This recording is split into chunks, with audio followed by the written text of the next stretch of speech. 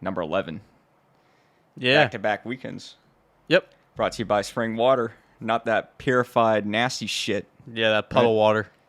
So, purified water can be any source, right? Yeah, pretty much. It could be a drainage pipe. Yeah, runoff. I mean, they don't tell you where they get it from. This should say where. Yeah, this came from the state. And springs in Richmond, Virginia, Spring Grove, Virginia. Tells you right there. Boom. Spring water. Do you think they do anything to it At at all? Oh, it's definitely like filtered and everything. Yeah, but besides like a actual chemical process. I don't think so. No, they shouldn't. They shouldn't. They shouldn't need to. That'd be like false advertising, basically. Yeah. Yeah, no. Because like with purified water, if you read it though, they add A bunch shit of to it. Yeah. Like potassium chloride or whatever Right, minerals. I feel like I'm talking to half your face here. What'd you say? I feel like I'm talking to half your face here. I mean, I'm talking to you like this, bro. Yeah, I'll reposition. You ever had well water? Yeah, I had a well at my house my whole life. So when you go back and drink it, does it taste like dirt? That's how it is. When you're like very minerally. Oh, well, I mean, yes, it does. I can't say that I drink my tap water that much though, but yeah, it does. I mean, I drank out of the hose like as a kid. Like, yeah, all the me time. too. Yeah, Yeah, it's something I notice when I go back. Drinking this water, it feels like it's like if you took like an old stone that had water stored in it for years and you cracked it open like a coconut and drank it. That's it's a lot of iron. I think is what there's a lot of minerals to it. Yeah, it's like actually like healthy water. You know, it's not just this depleted, distilled water that comes out of your it's city water. It's earthly, you know? Mm-hmm. It's real water. That's what we should be drinking. That's what we drank for a long... Well, no, that's not true. We've drank this stuff and glacier water more. Right. Yeah, actually, well water's new. Yeah. Having the technology to drill actually, I deep. mean, how long... I mean, wells are pretty old, I would say, but... Yeah, in the grand scheme, though, like, we weren't... That's a deep hole you have to dig. That's some special tools you have to have. To punch through the rock, too, in some cases. Yeah, depending on the water table. Yeah. Right. I mean, they have wells in Afghanistan. Yeah. You can dig them by hand. Oh. Whatever. I mean. Yeah, but I'm talking like old days, like a long time ago. We would rather have the ice melt that we don't have to really work for because it comes through in a stream or a river. You just dip it out. Yeah. To dig a deep hole. Oh, yeah. I mean, it's definitely not easy. And they would have to dig an actual hole. They're like, now it's that. So you hit water, yeah. Yeah, it's this thin, like, drill. It's a long auger, essentially. Mm-hmm. And it efficiently. Imagine digging, like, a human-sized, like, width hole down until you hit water. Oh, Actually, you probably have to make it wider so you can move the shovel or whatever tool you're using. Yeah. Yeah. Like a 5 foot wide hole. Well, like a pulley system. You put the dirt in the bucket and the guy at the top pulls it up. Mm-hmm. You know what I'm saying? You ever watch There Will Be Blood? Is that what it's called? That is a movie. There Will Be Blood. The oil monopoly guy. Yeah, I haven't seen it, but I know what you're talking about. Oh my god, it's a fantastic movie. It's with Daniel Day-Lewis. It's a fantastic movie. You gotta watch it. It's like 3 hours long. It's really fucking good though. It's on Netflix. I think there's somebody else in that movie that I wanted. That's the reason why I wanted to watch it, is because there's an actor that I know of that I like in there. Might be that dude you just said. I don't know. Daniel Day-Lewis is like the star of the movie. It's a fantastic movie, but it opens up. They're drilling the oil well down, and their guy's climbing up, and he rips off one of the rungs and he falls like 30 feet. That's where I saw they're doing the pulley system. Yeah, that's a great movie. You gotta watch it. Imagine drilling until you hit oil. Like, how far is that under? Far. Sometimes out in the middle of the ocean too. Yeah. That's you might find this interesting. There's a good documentary. It kind of goes hand in hand with it. It's called The Last Breath, or like Last Breath on Netflix. You don't have Netflix, so it's another unfortunate thing. But it's all about commercial diving on oil fields in the middle of the ocean in the North. I think it's called the North Sea, like above the UK. Yeah. It's like tremendously rough waters there. It's like notoriously rough waters in that area of the Atlantic. And these dudes, it's called triox? No. Heliox. Helium and oxygen. They breathe helium. Mm-hmm. And so they actually live in a pressurized chamber in the ship, and they get deployed through like an airlock like tube into their little like submersible vehicle, or like a little like they like drop the chamber like to the bottom of the ocean. And these guys work work like 1,000 feet like below below the water, which is crazy. Like regular scuba diving, you go to like 130 feet. I think like the actual max for like recreational scuba diving is 165 feet. But these guys are down like at the bottom of the ocean. And anyway, they work on the oil drills or whatever. Just it is. out in the, like they're just in a scuba suit down there. They have an umbilical cord with the big gigantic old school like 100-pound helmet, and they have an umbilical cord to the chamber or to the boat at the surface. So they're How does that not crush you? It's like what I was talking about. Yeah, was that on the last episode that we were talking about that, or was that? Yeah, it might have been person? 2 ago.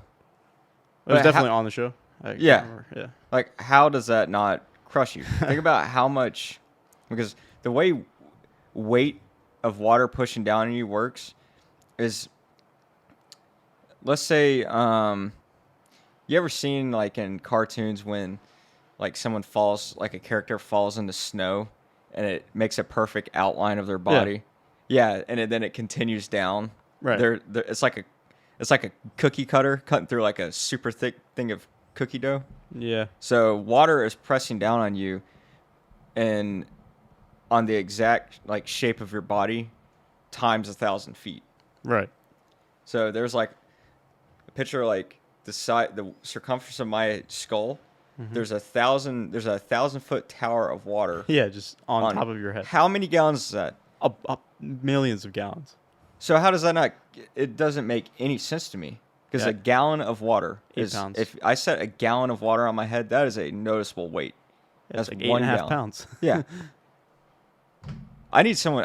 That's The my funny question. thing is, it's simple. it's like an elementary physics like answer. Like I'm sure it's like very simple. I don't know anything about it. But even better I've though, never taken physics. since it's you're in a container, I think it's pressing on you on all directions. Right. So how do you just not get completely crushed? I don't know. Like, I don't know. Maybe it's because of like the whole like fluid dynamics thing, which I don't even know if that's like the right word for it. But I think like because of the human body is made up of mostly water. I don't know. Maybe it's something to do with that. I don't even know how you would breathe. It seems like it would just like a anaconda's wrapped around you, crushing your chest in. Right. Like your heart wouldn't even be able to breathe or beat. Beat. That's interesting. That's I don't know. I have a really good feeling that it's like a very simple answer. I just don't know. Any like professional scuba diver or somebody that just scuba dives a good bit would know the answer to this. I mean, you probably know people that could probably answer this. Yeah. I mean, I'm sure Google could. Man, yeah. Call the 9th grade physical science teacher. Yeah. At some high school around her. Yeah. I don't know. But yeah, I mean, they are under extreme pressure. That's why they live in that pressurized chamber, because number one, it's like a time and efficiency thing. To get down that deep, it would like about like the bends, like getting bent, like to go back up and like to go back down. It'd be ridiculous. Mm-hmm. So they just live like at pressure. Yeah. In the chamber, they live like the pressure in their little chamber is like the equivalent to being 1,000 feet underwater the entire time. They live like that for like a month. I bet there's and they have the high voice on the whole time. Oh, really? They breathe helium the whole time. Heliox. It's like a helium blend. Yeah, helium. No. I bet they ascend very slowly. Oh yeah, and well they do this. it's like a decompression chamber. It looks like a gigantic like washing machine. It looks like a huge like industrial washing machine. They like get trapped in they have to like decompress in this thing for like a day, like 24 hours or something like that. They're just sitting there, Just letting out all the air. It out. Yeah. Yeah, the or bends, whatever it is. The bends is the same in concept. It's the same as you swimming down deep and taking a breath of your oxygen tank and then swimming up to the top really quick. It's gonna explode out of you. It's the same thing because the gas in your system has been compressed, and then when you swim up, it's escaping really rapidly, and it fucks you up. Yeah, it's not necessarily the same. So if you take that pressurized air, your lungs are just gonna pop like a balloon.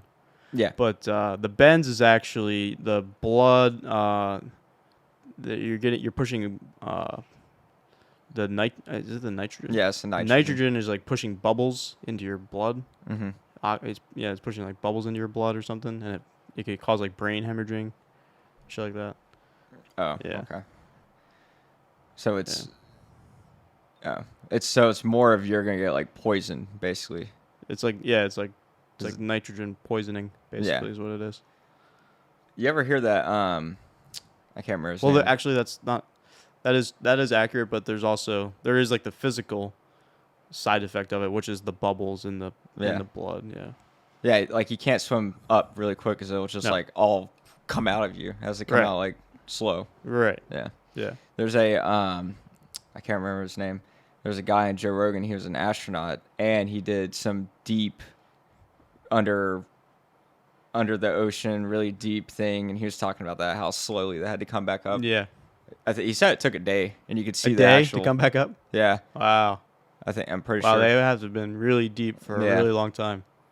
And he said you could see the actual, like you had this tingling, like when you take a pre-workout, you get that tingling sensation. Yeah, he said it was like that. Huh. And then you could actually see some bubbles coming out of you every now and then. Yeah. Leaving your That's crazy. Skin. I've been bent once. It's not a good feeling. You feel like you get hit by a truck. You just feel totally exhausted. How far? Like how far down were you? I've dove to 130 feet. Man. Yeah, that's the deep water cert. And how slow do you have to come up for that depth? I think so. It tells you wear a dive computer, and it tells you as you come up if you're going too fast or too slow. It'll beep at you, or some of them vibrate. I'm pretty sure, but I think the one that I had like beeped and flashed or whatever, and it'll tell you based on how deep you were and how long you were there, how long you got to do a decompression stop at like 30 feet. Or actually, you might have to do, depending on how deep you go, you might have to do like sequential decompression stops. But I'm pretty sure we did them at like 30 feet, and it was like 3 minutes or something like that, 4 or 5 minutes maybe. So you'd come up and just... There's a lot of math involved. There's a lot of charts and tables I don't really remember off the top of my head. So you would just come up and like pause for a second and sit there? Yeah. And then go up another 30? Yeah. It's not too long. So you swam up too quick? And you got bent? What exactly? Probably, yeah. Yeah. I think scuba diving in general, for a long period of time throughout the day, if you dive, I dove like 3 tanks. So, yeah, I think just scuba diving in general for that long, it kind of has a toll on your body. I don't know if I necessarily got like super bent, but I felt like I got hit by a truck for sure. I was like exhausted. Dang. So, do you feel like better when you breathe that pure oxygen all the time? So that's the other thing. Is it you understand it's not pure oxygen? Do you know? Well, I figured that there's probably nitrogen in it too, right? Yes. Yeah. Yeah. So like, your typical scuba tank is like, I think it's like 72%. Does that make sense? Yeah, it's like 72% oxygen and 31. Oh no, maybe it's the other way around. No, it's like 72% nitrogen and like 30% oxygen. Oh, so the same composition of the atmosphere.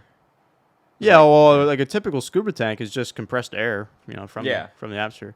But I have a mixed gas cert, which allows you to dive with what do they call it? Nitrox, and it's just a higher concentrate. It's a higher percentage of oxygen than ambient air.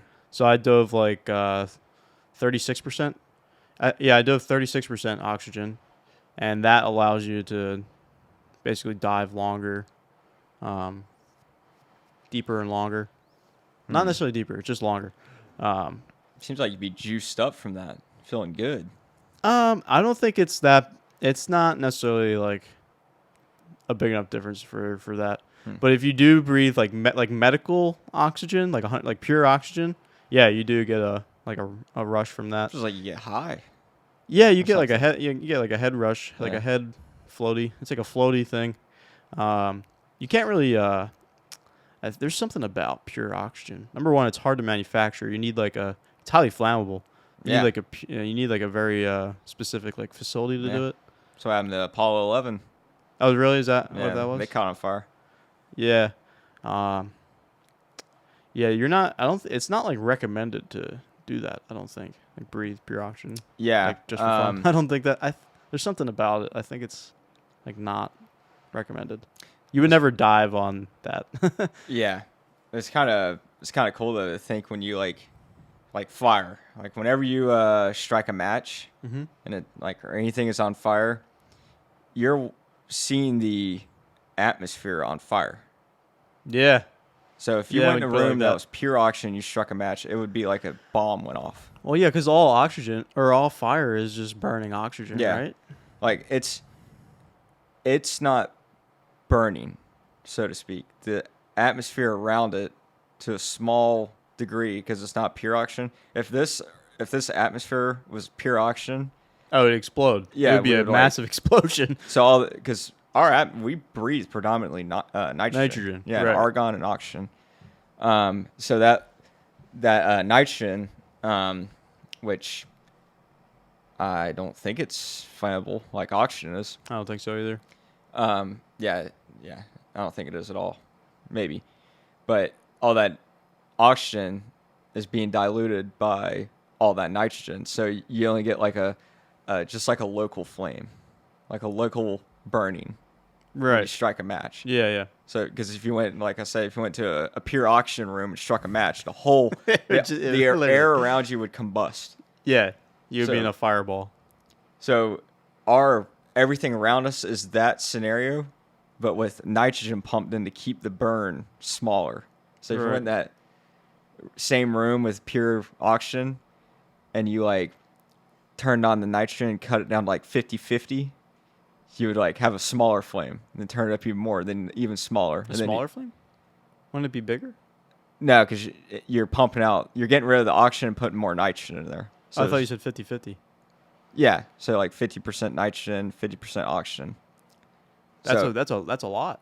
Because the ambient air, like I was saying, is Yeah, so ambient air is like 70, yeah. 30. So if you keep pumping in nitrogen, the room would stop exploding less and less Right. until you got down to our composition where you struck the match, and it's just this little Tiny flame. little Yeah. flame. Yeah. So it's pretty cool to think about it in that way.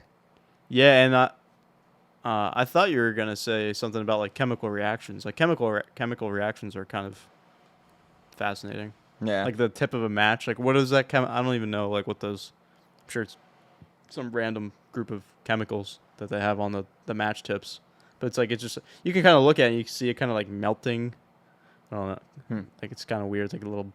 If you really look at a match, you can see it like. I don't know. When it's on fire? Yeah.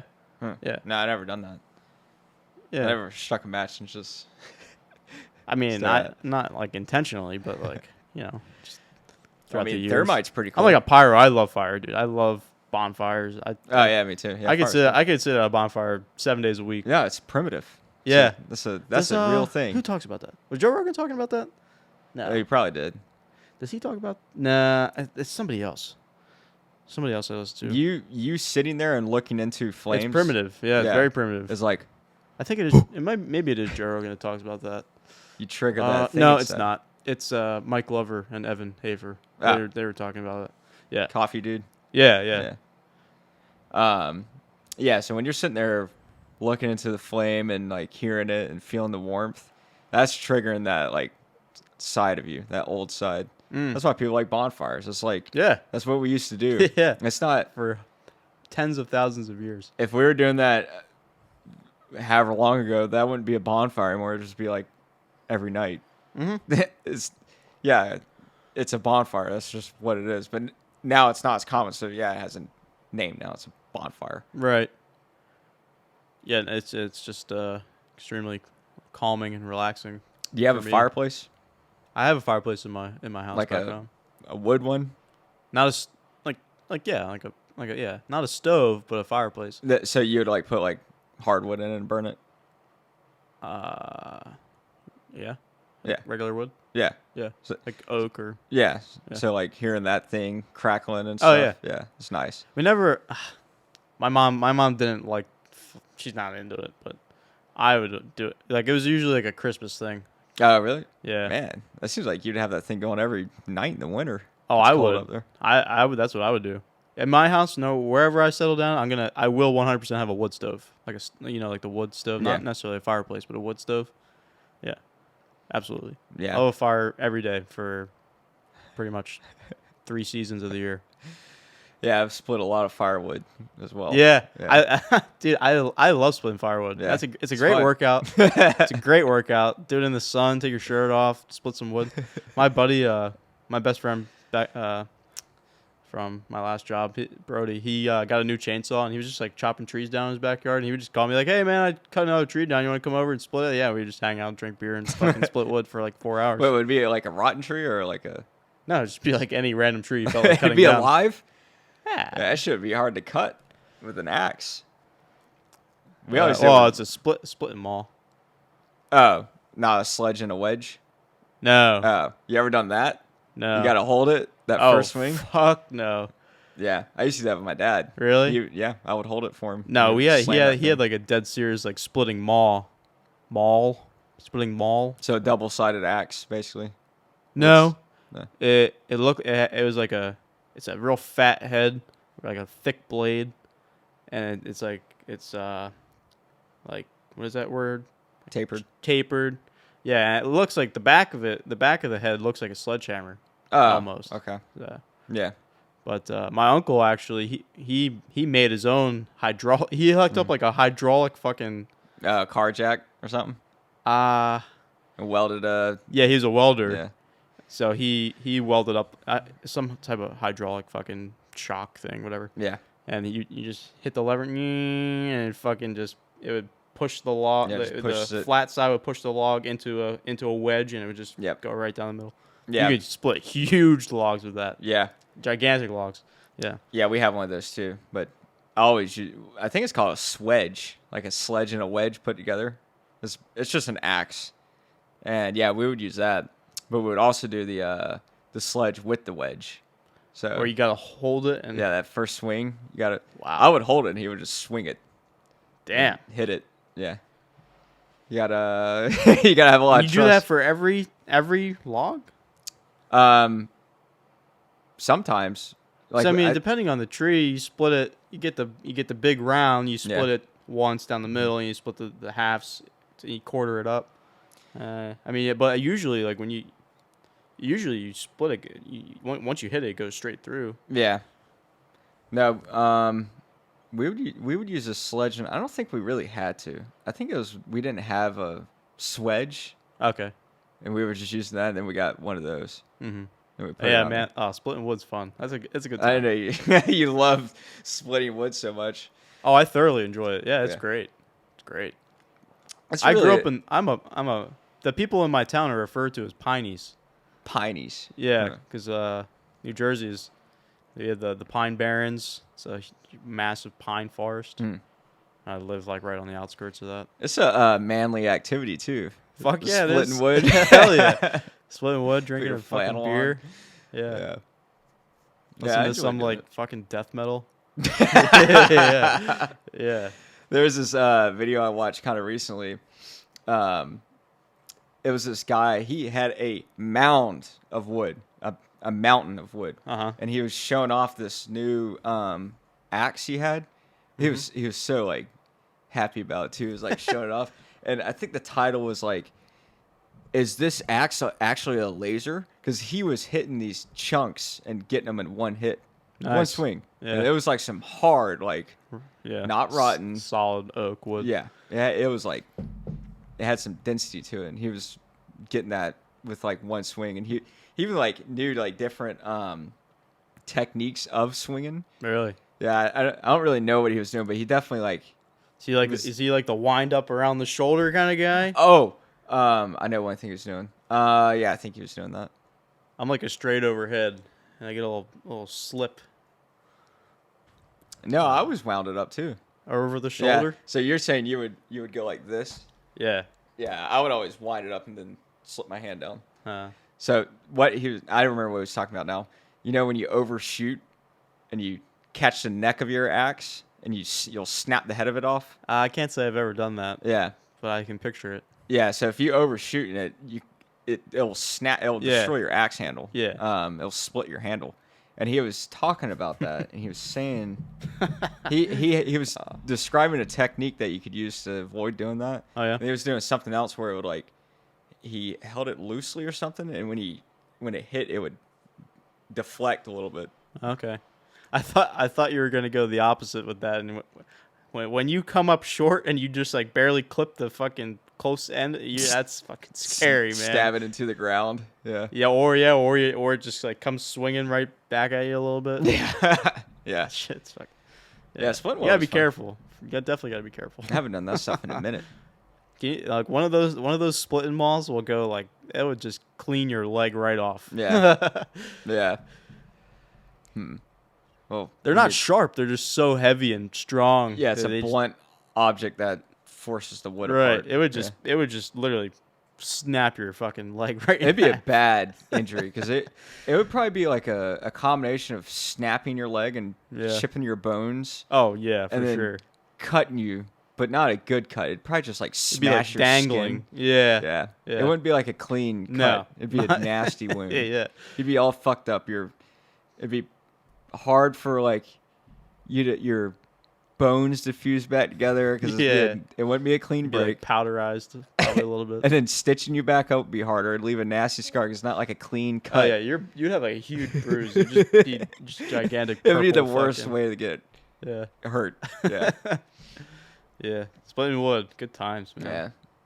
I love.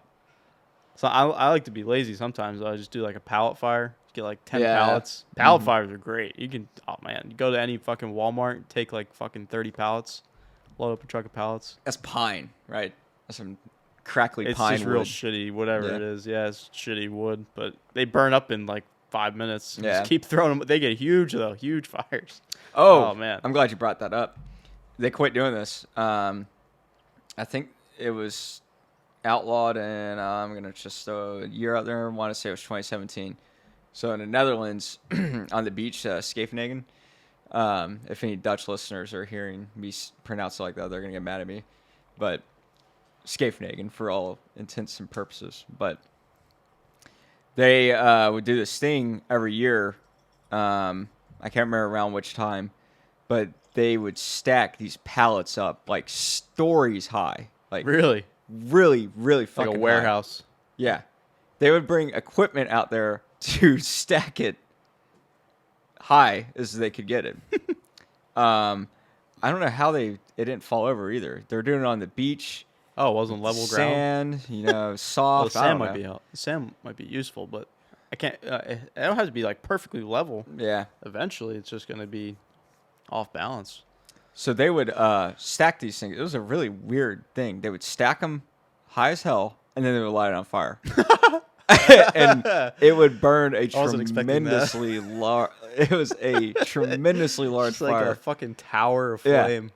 And It's like a Lord of the Rings kind of image. I'm thinking of. yeah, and I'm pretty sure I might be making this up. But I am very sure I read that you could see the glow from England across the pond. Oh, really? Yes. I believe that. Probably believe that. You imagine a fire so big.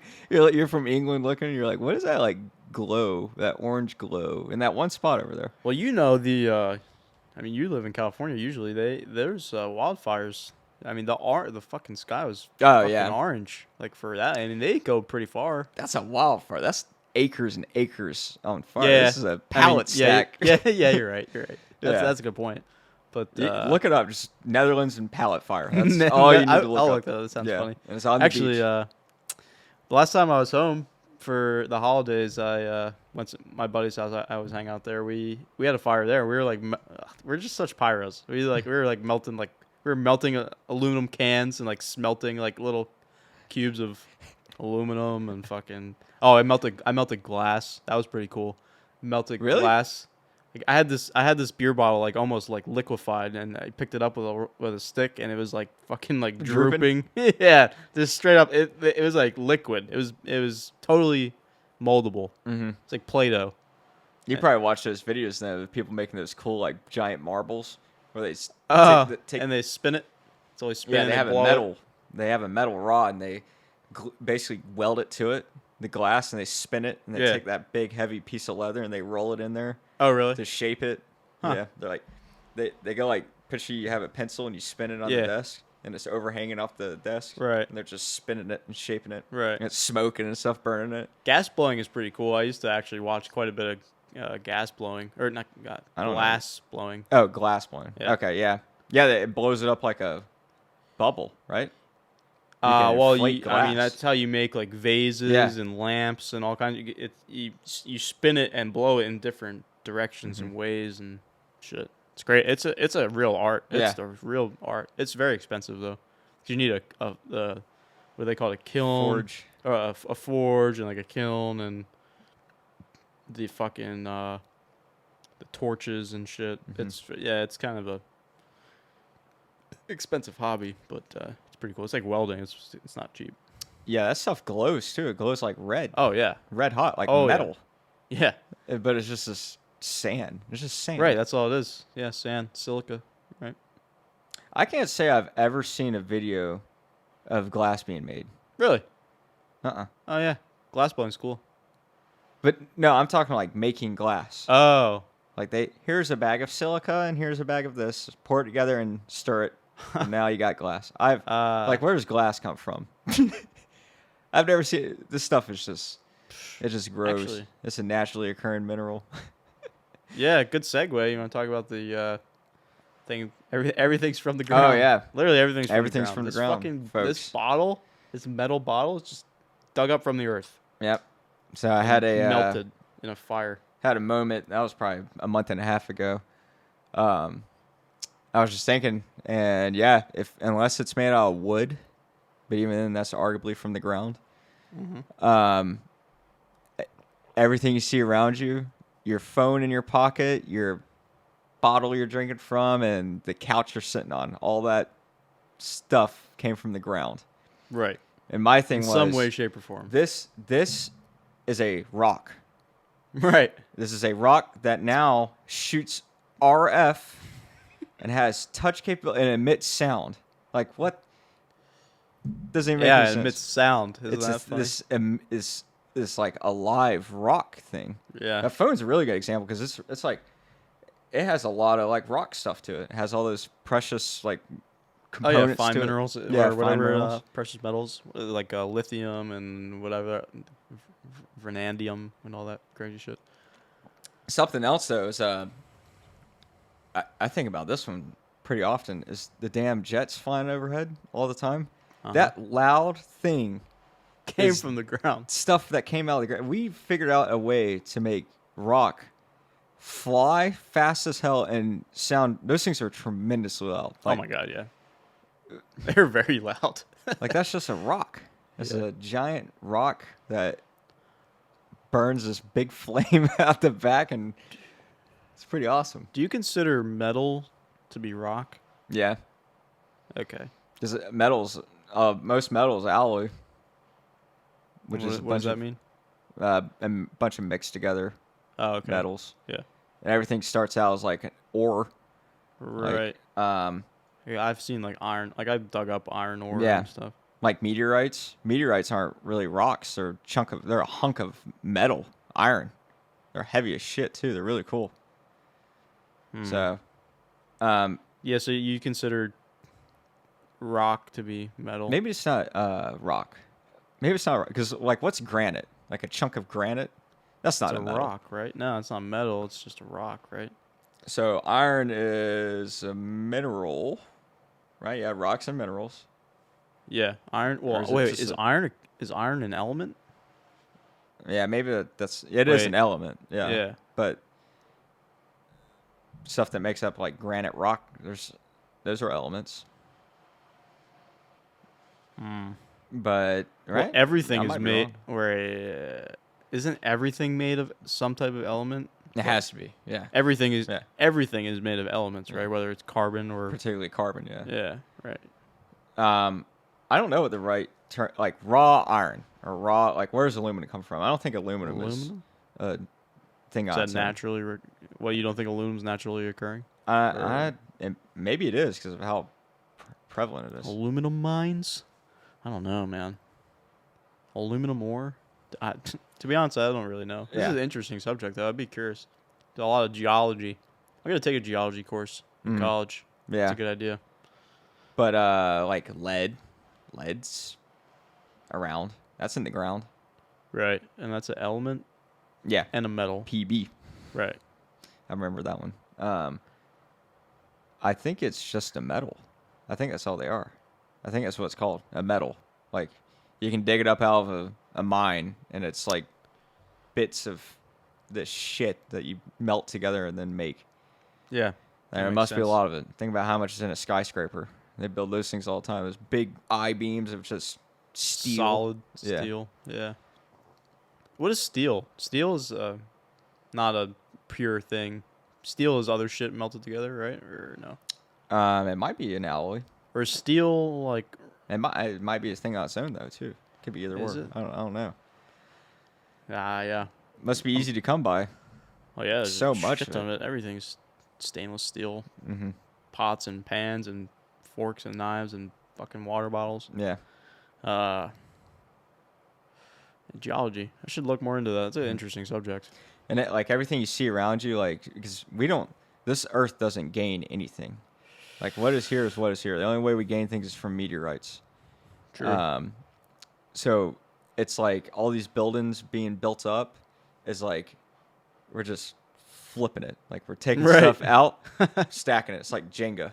Yeah. Take it, stack it. It all came from the ground at some Yeah. point. Some mine somewhere in South America or Africa or This is something. Alaska. So when you see like how much stuff we've taken out of the ground, like it's impossible not to. You look unless you're in the middle of nowhere, you cannot lay eyes on something that didn't come from the ground. So how are we not like collapsing? You would think there would be like massive holes in the Yeah. ground everywhere, Like we're sinking. like quarries. Well, I guess there is. I mean, yeah. you would think there would be more than you drive by on a daily basis. I- When's the last time you drove by a quarry? Yeah, I know. Probably a very, very long Yeah. time, right? Like all of China's shit. How much stuff do they have built, and how much stuff do they make? That place probably has an area where it is just like a nuke went off, like times 1,000. Yeah, it's like you take like an area like the size of Texas and just fucking drop it like 100 miles down in the ground. That's like what you have. Yeah, That's what I'm thinking. digging up all It's like that a shit. 100-mile hole over there. All that stuff for your glass to go in all those buildings and all the phones. Maybe they use other stuff, but definitely in buildings. All that steel to make your buildings. Well, you got computer with the metal and everything. Anything. All that oil we pump out to make all this plastic. That was the I want to talk about that. But even maybe this, a lot of it is that plant-based shit. It says it on the bottle. Yeah, it's like an eco something bottle. It's on the Yeah. other side, that green circle. It's like, oh, really? Is it eco? Does that mean it says decays in something- like it's- 100 years? I didn't not really 1,000? read exactly what it said. It said some eco bottle. 100% recyclable bottle and cap. Whew. Hasn't that been a thing for a long time? Recycling the bottle. This label probably isn't recyclable. No, it should not be. No, it's just the plastic. How dare Recycling's a big scam. Actually, I can talk about that a little bit. But I wanted to talk about the like synthetic or like artificial like material. Like all plastic is just like refined like sludge, right? Yeah. It's what you know? Oil. Yeah, it's refined oil, polyurethane, and polyethylene, and poly whatever. I'm pretty sure all that comes Polycarbonate. from that black shit we pump out of the ground. Yeah. We just refine it just like how fuel comes from it. Oh, like no shit, oil, like oil, like petroleum oil. I'm pretty sure it could come from, I was going to say corn because we use corn for fuel. Yeah. To make plastic and shit. But I think all of it came from. That's another interesting thing. We found out a way to how to turn that loud jet flying across the sky. It's burning like Earth sludge. earth like dirt water shit that's been refined over and over again to the point that it's this highly powerful Jet source. fuel. Yeah, let alone car gas. Yeah, so You're talking about jet fuel.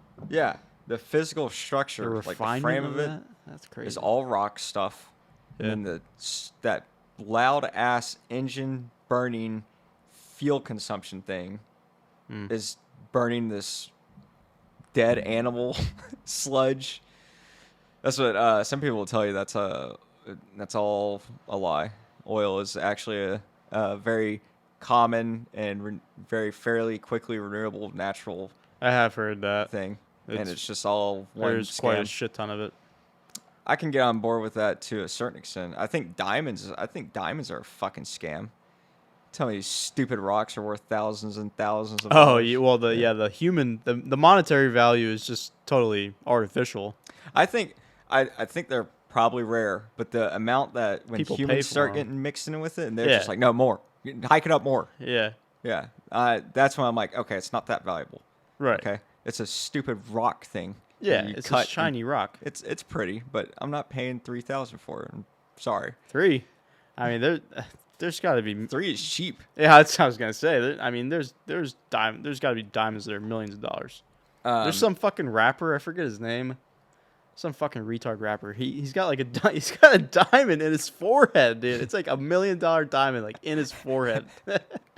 So somebody jumps him and knocks him out. And Yeah. picks that thing up. Well, I heard about it on BK. He was talking about like, this guy's gonna get fucking jumped and just a knife just to his forehead just go thoop, and pop out this fucking diamond, dude. Yeah, some fucking rapper. I forget. It's like I had Boozy, maybe like Lil Boozy or something. Yeah, probably some stupid shit like that. But when I was looking for a ring, I didn't know anything about like shopping for them, and like I saw like these rings and it was like $1,000. I was like, okay, that's Reasonable. a lot of fucking Dogecoin I could buy, but okay. So I was like, all right, I'll look into it. And then it's just there's a name for it. I'm gonna call it the frame. It's just Yeah, what did you call it again? It's like the setting or something. the setting. There you go. Setting, yeah. The setting is 1,000, and I was like, That's just the metal ring. yeah, with the little cup thing, Yeah. holds your diamond. That's So I was like, $1,000. Okay, so if this is What, 1,000, is that gold? yeah, it was better like be gold. 14 karat white gold. That's what they like to do. All right. Well, that makes sense. Well, that Whatever makes a the little bit more like, sense. what does that even mean? What is 14 karat white gold? That to me that means nothing really. And then it gets to a point where I'm like questioning what you're actually selling me. Well, the carat is the hardness. I'm pretty sure, right? Of the gold Or or the density, maybe. I think it's the Carat. hardness. there's a But carat is also like a weight thing and size thing. Pretty sure because there's different carat diamonds. Maybe it's just this 14. I think. Berdan? No, there's a. I know this because of steel targets. They have a measurement. They have a name. It's a name.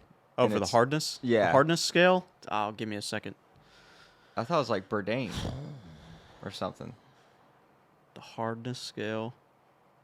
Fuck, man. I might have to look that up. And people have I think it people starts with an R. I want to say it starts with an R. It's not the Richter scale. That's 500. earthquakes. Yeah, Oof. I forgot it. The hardness scale. AR 500. I gotta like do it. 500. 500 something. Uh-huh. That's what its name comes from.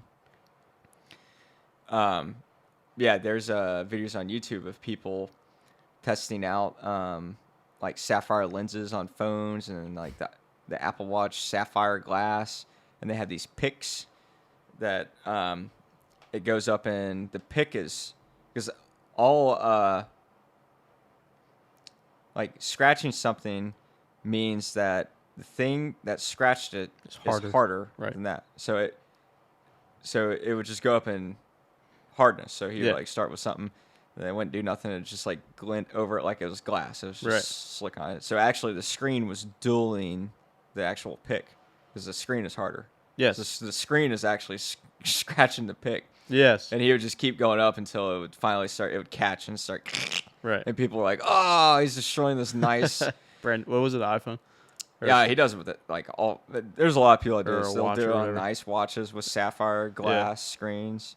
There's another thing they do too. They hook these electrodes up to it. These little, Really? it looks like a multimeter. Mm-hmm. And the current. See how long it takes to crack, or No. The current, the transmission of, I'm gonna make some up, but that's what it looks like. How the current flows through it can tell you what purity it is of it. oh really? Because a lot of the sapphire stuff on Apple products it's a composite. Oh really? It's a mixture. Huh. Yeah. It's the Mohs scale. Mohs? Mohs scale of mineral hardness. I think that's what it is. Mohs. I would have never. German, 1822 by a German geologist, Frederick Mohs. Those fuckers always. Oh, the Rockwell scale. There's another one. The Rockwell. I knew it was an R. I knew it. Well, yeah, based on indentation hardness of a material. Rockwell. Yeah. If you ever go to like a jewelry shop or a jeweler, they to pawn something or sell something, they to test for fake gold. That's what they do. They scratch it. And they have like a little block that's like the right hardness. Mm-hmm. And if the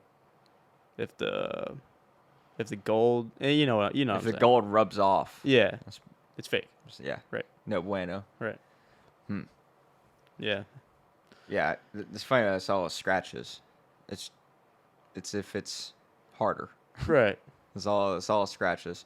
I was thinking of something about that though.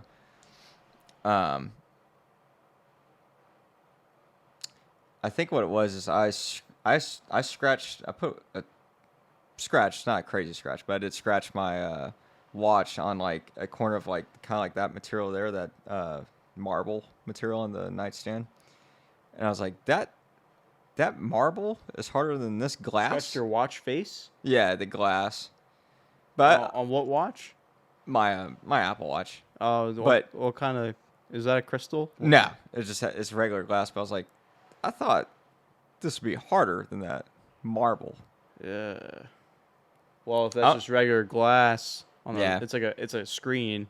And it's not even glass at that point. They're Yeah, it's like probably more plastic than glass. yeah, it's right? like this hard plastic Right. shit. Yeah. Yeah. So that Yeah, might like be the reason. a sapphire crystal. Is that sapphire? Yeah. It's That probably doesn't have any scratches on it. oh no, not at all. That'd be weird. You're like taking that thing and sliding it across the concrete. A piece of sandpaper. Yeah, and it doesn't do anything. It's like it doesn't even make sense. In your brain. I'm never gonna test that, but It's brittle though, right? It'll crack easily. I don't know. I have no idea. I'm never gonna test that on my watch though. Holy shit! Do you think it matters? That gives me the sweats thinking about it. Do you think it matters with the pressure? So let's say that the pick thing. So like it doesn't scratch it when you like. Yeah. But if you take that thing and stab it into it, do you think that would increase it? Or does it not matter? It's got to do something. It might crack at that point. Yeah, maybe you might actually cause like physical. Yeah, you might crack it. I don't know if you could classify that as a scratch though. Yeah. But if you had like a big thick chunk of glass that's not going to crack, and you took and you put all your weight into it, is it just going to destroy the pick, or will that increase pressure? Maybe it'll just bend the pick and snap the pick. The pick will snap before the harder right? I mean, that's like trying to put a pencil through a sheet of titanium or something like that, right? You can't kind of think about it like that. Yeah, actually, or like a stick, like a wooden stick through a piece of metal. Like the stick is going to break before the metal does anything. That's a good way to look at it, because we might get it twisted. When you're talking about glass and metal, that's the same concept as a stick in metal. Yeah, because sure. the glass doesn't care. Yeah, it doesn't know. It just because it's metal, it's still a stick to it. Right, it's softer. Yeah, that's all. At the most basic thing, it's just whether it's harder or softer. Yeah, right. So, I mean, the pencil on the metal bottle. I mean, maybe you'll dent it. I don't know if you're gonna break it though. Yeah, scratch it. Yeah, you might. I wouldn't even really call it that.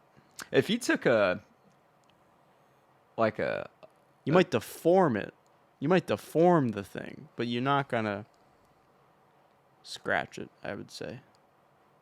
So if you took a stick and you had like a sheet of metal Uh-huh. and you with all your force like slid it across it, do you think you'd put any kind of scratch on it? Well, that's not really a good example because it can get Oof. twisted How because about this? you might scratch off some rust on it and it looks like a scratch, but you didn't actually scratch it. Or how about this? Maybe you're just transferring. Maybe you're just smudging some wood fiber onto it, and it looks like a scratch, but really it's just you could probably Yeah, you can wipe it away. rub it off. Yeah. It's just the wood dust. Mm-hmm. You know. Man, that would be weird.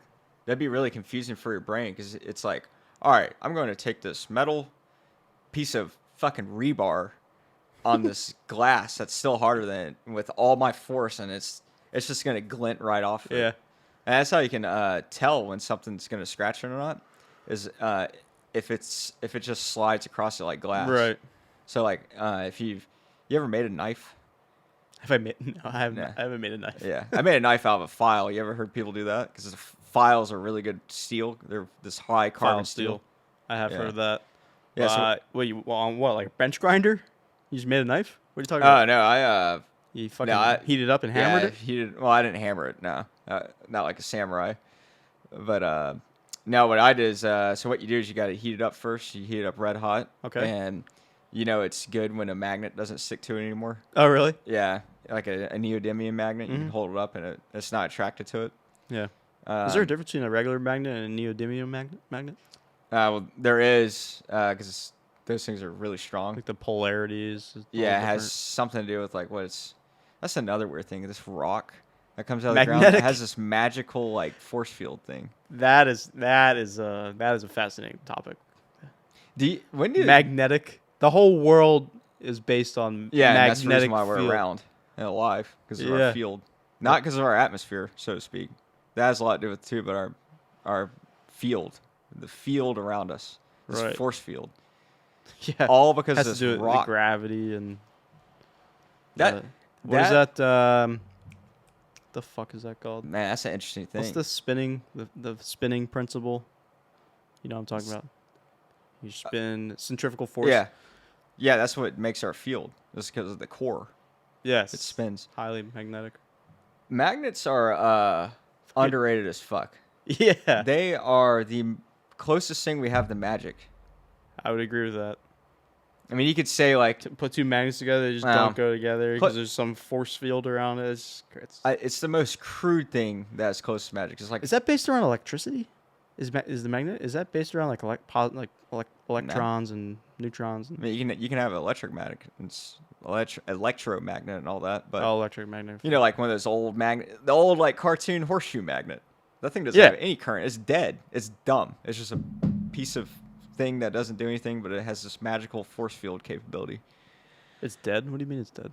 I mean, like it's not alive. Doesn't have a current going through it. It's just Oh. nothing. It's a Oh, yeah, rock. it's dumb. It's a dumb rock. Yeah, it's literally a rock. Yeah. But like a computer is magical, but that we made that in Hard program- drives have magnets in them. Yeah. So That's how they spin equally. I think that's how. I think that's what it has to do with.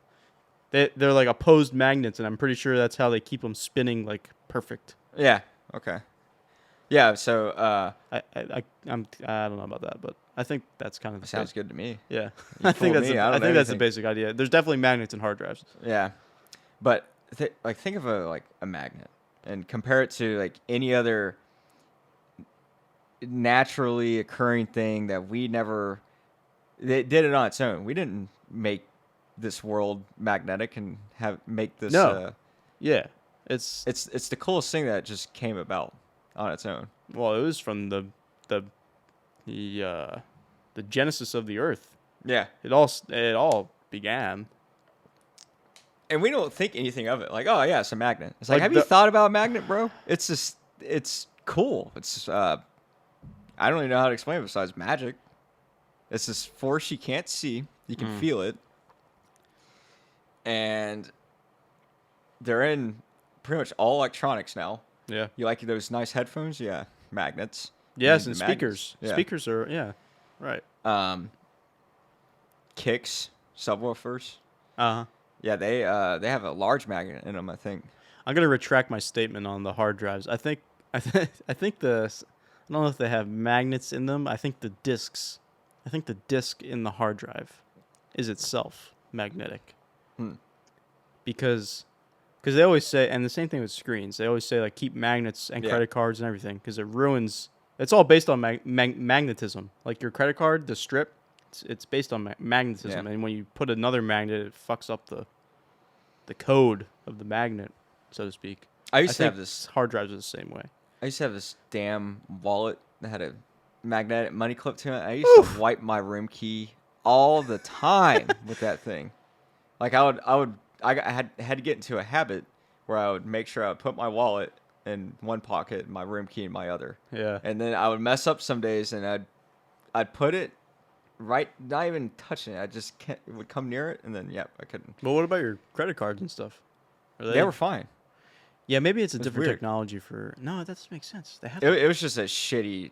It was probably there's different levels of stuff to it. Yeah, they have like the protective films on it maybe or something like that. Or like the regular hotel room key. It just doesn't. Speaking of magnets and like a particular really strong magnet, have you ever seen videos of MRI machines when they take the cover off? No. And that thing spins?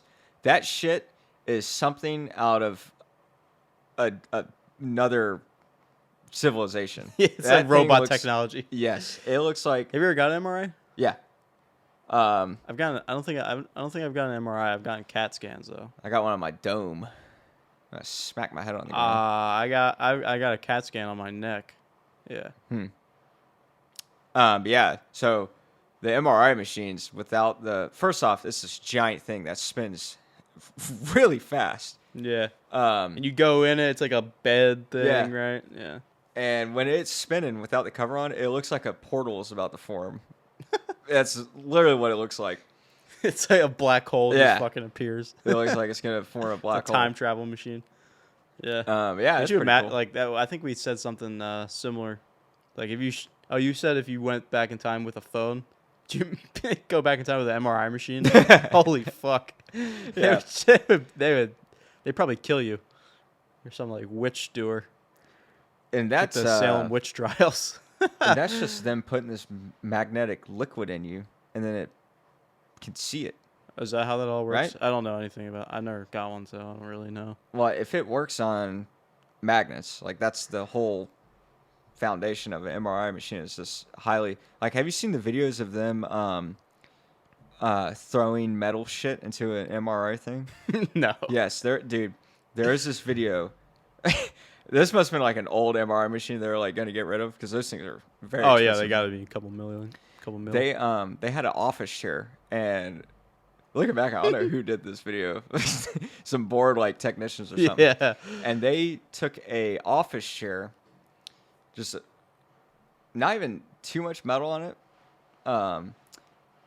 They put a ratchet strap up to it, and then they hooked that ratchet strap up to a scale, one of those like you weigh your produce at. Okay. Well, just a better version that went up to several hundreds of pounds. Oh, really? And they turned that thing on, and this thing was like levitating. This chair was like hovering in the air, trying to get sucked into it. Wow. And they had it hooked up to that thing, and I can't remember the exact weight, but it was I'm pretty sure near 1,000 pounds of force. It was pulling on that chair. Wow. Surprised it didn't break. Yeah, and then they threw like a stapler in there. That thing was like, like bouncing all around, freaking out. Oh, that's funny. Yeah, so when they say like don't go in there when that thing's running, if you have like a credit card or something, if you had like my dad had not shrapnel, but basically shrapnel. He chipped a punch with a hammer. Okay. It lodged this chip of metal under his skin, and he could pull it up with a magnet. Like his skin would rise up, and then after a couple of years it quit doing it because like his body dissolved that metal. Oh, really? Pretty wild. That's pretty wild. Yeah. But like, what if you had that and you went near an MRI machine? That's just gonna tear it out of you. It just rip a chunk out of you. Yeah. Oh, that would be scary. You set scary. the alarms off at airports and shit. Your dad probably doesn't fly that much, does he? Nah, they don't. No, they don't do that stuff. But yeah, if you had like any kind of metal under your skin like that Just shit would fucking tear rip out of right you. out. That's terrifying. Yeah. It's dangerous. But then again, like, why Could do you you have imagine? Could you imagine if it did and it like ripped an artery on the way out? That's horrific. that? Yeah. Well, that's the reason why they build it out of the correct material, Yeah. titanium and all that cool stuff. You know what I don't understand? Which is it's kind of like an oxymoron. It's kind of ironic. It's like when you get an X-ray, they give you the gigantic lead blanket that gives you cancer or something. You know, lead's cancer causing, right? But they Yeah, but that's like when it's vaporized and you breathe in the fumes from it, you consume it. Really? Yeah. I wouldn't say that. It's not in physical contact with that blanket. You know, well, because it's covered, right? Yeah. It's got Like, the rubber cover on You it. shouldn't handle lead. Right. You can melt lead That's and what I the was gonna fumes will. Yeah, because like fishing weights and then bullets, obviously, Yeah. or lead, and you can actually get lead poisoning from that from handling it. So yeah, I get because the blankets are covered. Yeah. Shooting guns indoors. So it's not bad like for you. being around. If this bottle was lead, just being right here, it would be harmless. Is that what you're saying? Yeah, no, it doesn't like radiate. Okay. It's not radioactive. Now what about lead paint though? Because the lead paint, Well, the problem with that is it because flakes away over time, kind of thing. Or it does what? it like flakes away over Yeah, time. and that's the problem with this. Kids' toys being painted with and they ingest it. Oh, like, that's what it was. Lead has to be Just from fucking chewing on shit. Yeah, lead's harmless on its own, but it's soft, so it'll rub off and it'll get in your skin and stuff. Same with mercury. Mercury is this cool stuff. It's like really cool. It's this heavy liquid that Mercury a can metal. kill you like, quickly. Can't it? Yeah. If you inhale it, I think it kills you almost Yeah, instantly. but it's a liquid. It's like that. Right. It flows like water, and you could swallow that stuff. Oh, and it definitely. can- Like if you cracked open a old school thermometer, one, yeah. fucking drank it, you would fucking definitely. Oh, die. it'd poison you. Yeah. I don't know how much. I'm pretty sure mercury is like pretty fatal. Yeah. Pretty Well, it can lethal. absorb into Lethal, your I should skin too, which is terrifying. It can what? Absorb into your skin? Yeah. Hmm. Like you're handling anything that's like I guess the molecules are so small that it passes through your skin. Yeah. Like like your skin is like a fine net. Right. Water can't puncture through it, which is pretty cool. Like we're waterproof. I don't know. It's interesting to think about that. Is that true? Your Yeah. your skin doesn't absorb any water? I don't think it does, but it definitely. What happens when you're in the swimming pool and you get all pruny? It does. I think it's waterproof in like the practical sense. You sit in water forever, it's gonna start. Like, there's this video on YouTube of this guy who spent like days in this tank, and his hands were like becoming dissolved. It was bad. Like, That's filthy. That's like, disgusting. Picture pruning on like next level shit. You like never shrinking. Seen. Yeah. So That's gross. but you're waterproof too, in the sense that you get in water and there's no water getting on the inside of you. Yeah. Yeah. It's like a semi-permeable Yeah. layer. But then there's those not materials, there's substances out there where Okay, all it the way ignores your waterproof Yeah. proofing on your skin. It just seeps into you. Yeah. That'd be Well, oil is a good example, I think, right? If you get oil, you don't want oil all over your skin. That's for sure. yeah. Oil like probably Bleach. pushes through your skin a little bit. It's hard to get. Yeah. You know, something is like When you still feel it on your Yeah. hands after a while. like water. Water evaporates and stuff too. But like yeah, water, you dry your hands off. If Yeah. you get oil on your hand, you're doing an oil change on your car, Yeah, and even it's if you wash your forever. hands, you can still kind of Yeah. feel it, depending on, especially if you don't use like the good like gritty soap. Speaking of oil and water, there's this device. You ever seen the slow-mo guys on YouTube? Sometimes. The British dudes. Oh no, I watched Smarter Every Day. That Yeah. guy once in a while. Yeah, Not he's- anymore, he's but he used to do. It's like a phantom camera, I think they're called. Yeah, the slow-mo guys. Yeah, they use them. There's this device that he made a video on somewhat recently. It's a thing used in chemistry labs, and it is a little box, and it has this prong, like this metal rod, Okay. with a little kind of like end to it on them, All right. kind of like a big ballpoint pen. All right. And its purpose is to mix fluids that don't mix because of it vibrates at a frequency that is fucking off the charts. So you can mix oil and water with this thing. Oh, wow. It forces it together at a small level. And he filmed it in slow mo, And yeah, this thing like it moves. All it does is move up and down. Right. But Oscillates. yeah, it oscillates few, not even millimeters, like maybe a millimeter. Sure. And yeah, he like put a drop of water on it and just like turned it off for a half second, and it was like poof, It just vaporized. It turned into like Or it split apart yeah, into so many droplets. it like split the atoms in that thing. Yeah. Yeah, he like took it and put it on wood, and it just immediately started smoking. And, like Really? It'll punch through like any kind of fabric. He did it on fabric. It just shot right through it. Wow. Just like pushing everything out the way. Yeah. It's like pushing all the fabric out the way. Because that's all cutting is. That's all a knife is pushing things out the way. It's not actually cutting you, so to speak. It's just moving things apart, and then your blood leaks out. Yeah, I'll agree with that. That makes sense. It's kind of like splitting wood, but Right. at a smaller scale. You're just forcing sure. it apart. Right. Yeah. Yeah. You ever seen those gloves that don't cut? No, I mean, I get the What's that? With chainmail? chainmail. Chainmail? Yeah. Oh. Yeah, they're made out of those things. Or well, yeah, this is kind of extreme, but the people that go like shark diving or like cage diving, or maybe I guess outside the cage, they wear like chainmail suits Oh yeah, to no, I've dive seen with the that. sharks. It's kind of funny. It's kind of cool. Yeah, imagine wearing that shit back in the day. It's got to be so heavy. It's got to be ridiculously heavy. And they would wear that. They wore layers. Actually, you know what? Who the hell was it? I knew a guy somewhere. I knew somebody at some point in time that had like a chainmail like shirt, and it was pretty heavy. I think it was like 20 or 30 pounds. Yeah. It's pretty cool though. Because it'd be good at like glinting things off, because like that stuff kind of rolls. Yeah. And it kind of like it'll glance off of you. Then you can't cut through it because it's like a chain link fence, just a Right. small version. Yeah. Now you could pierce it probably. If you had a small A enough point? spear. Yeah. Stab Probably. through it. Yeah, I think it's more of the slicing Yeah. protection. Yeah, it's like probably slice proof. Yeah. Yeah. More or less. You'd have to yeah. like hit it to the point where you bust it, right. like with a heavy axe. Yeah. Yeah, you can't. You can stab through it. It's like they have a NIJ rating for different armor. They have 3 different ones. I think I was telling you they have it for ballistics, Knives, and knives, explosives. and I'm pretty sure I always get this wrong. I'm maybe, but I'm pretty sure the third one is for like puncture, like a not a knife stabbing you, but like a pin or an ice pick stabbing you. Oh, okay. And yeah, that's like body armor for. They don't have a fragmentation scale.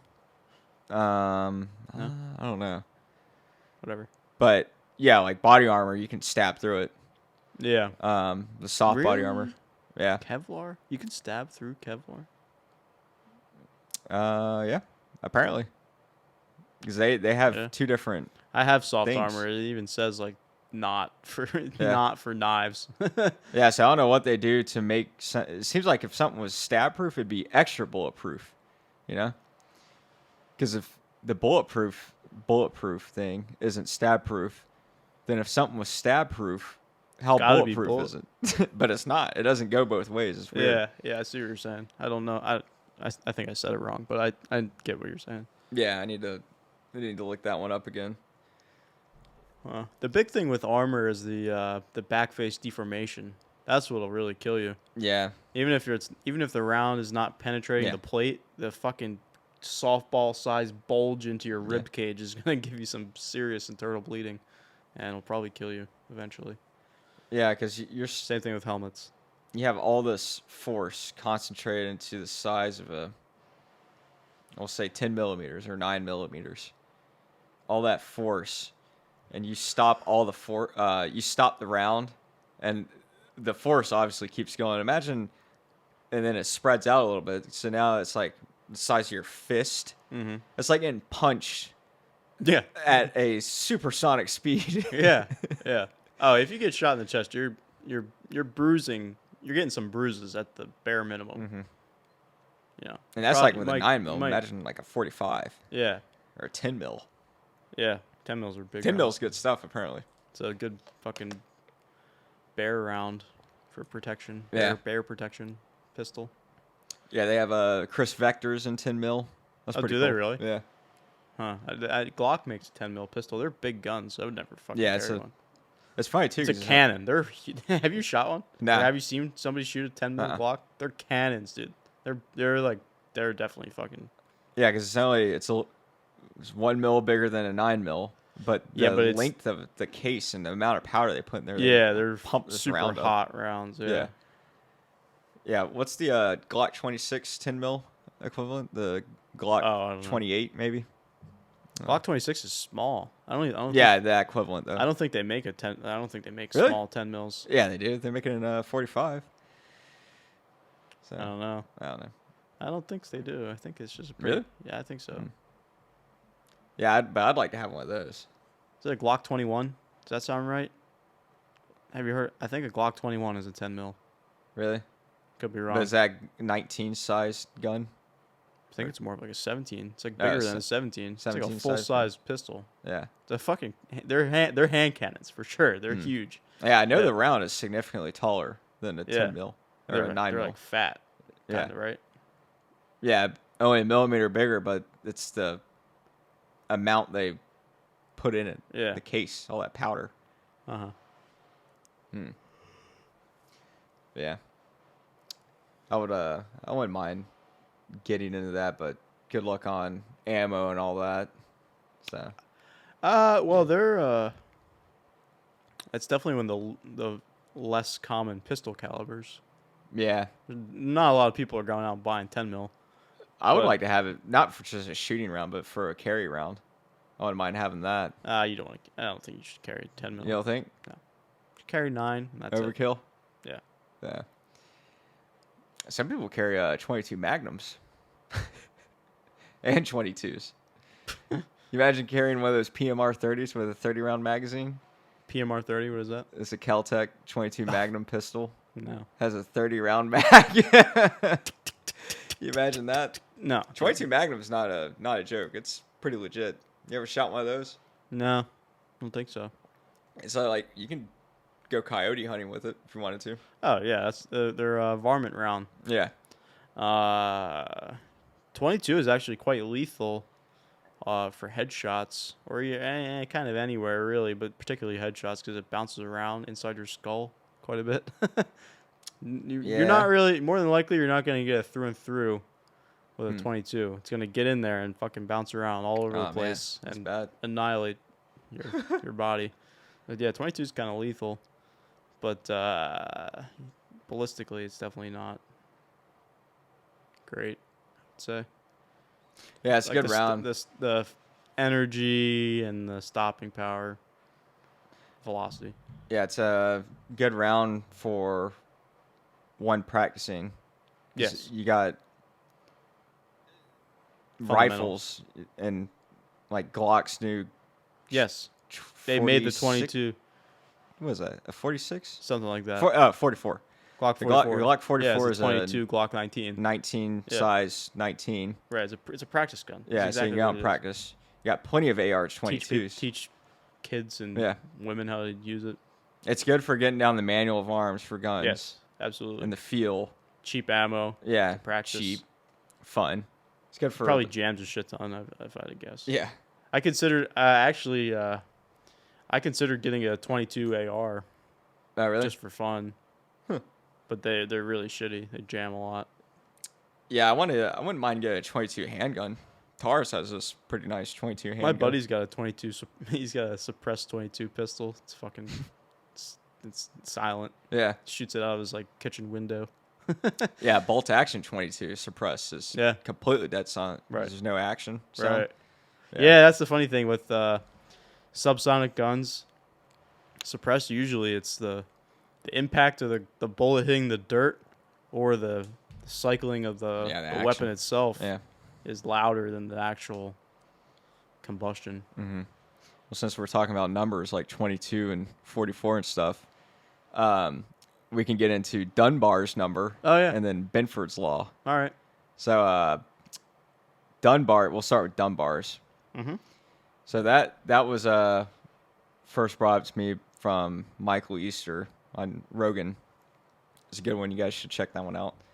But Dunbar's number is the number of people that we can basically maintain in our head and maintain a level of friendship with them. Yeah. Yeah, so just that. It's the So maximum it's your tribal number. Yeah. It's the number of your tribe. And how they they refer to say it's around 150.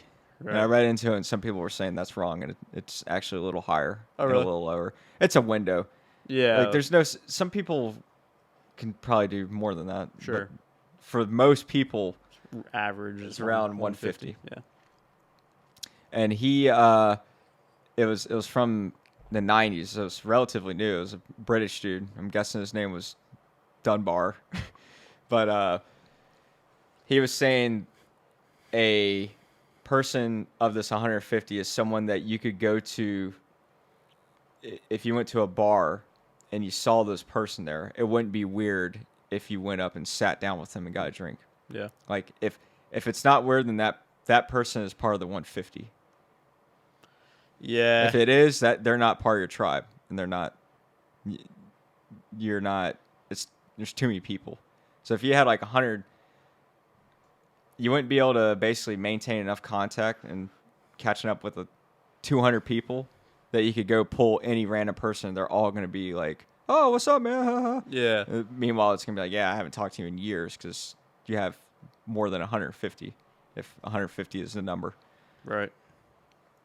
But when he was talking about like how like we lit society, particularly urban societies, are fundamentally wrong as far as how humans are meant to have like relationships with strangers.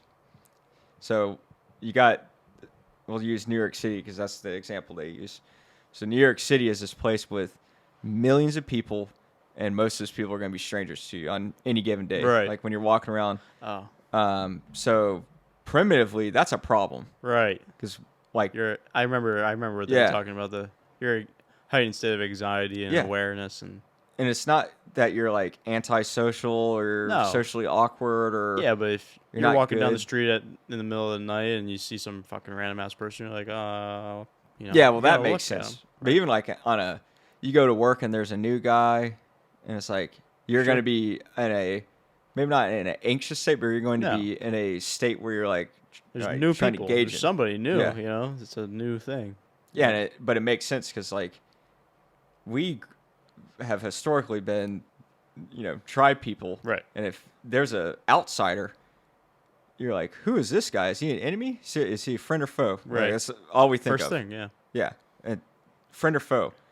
So when you have 10 million people in New York City, probably more, constantly, you're constantly like around these strangers. It's normal to like be a certain way. You're not like socially awkward or something. You're feeling them out. Right.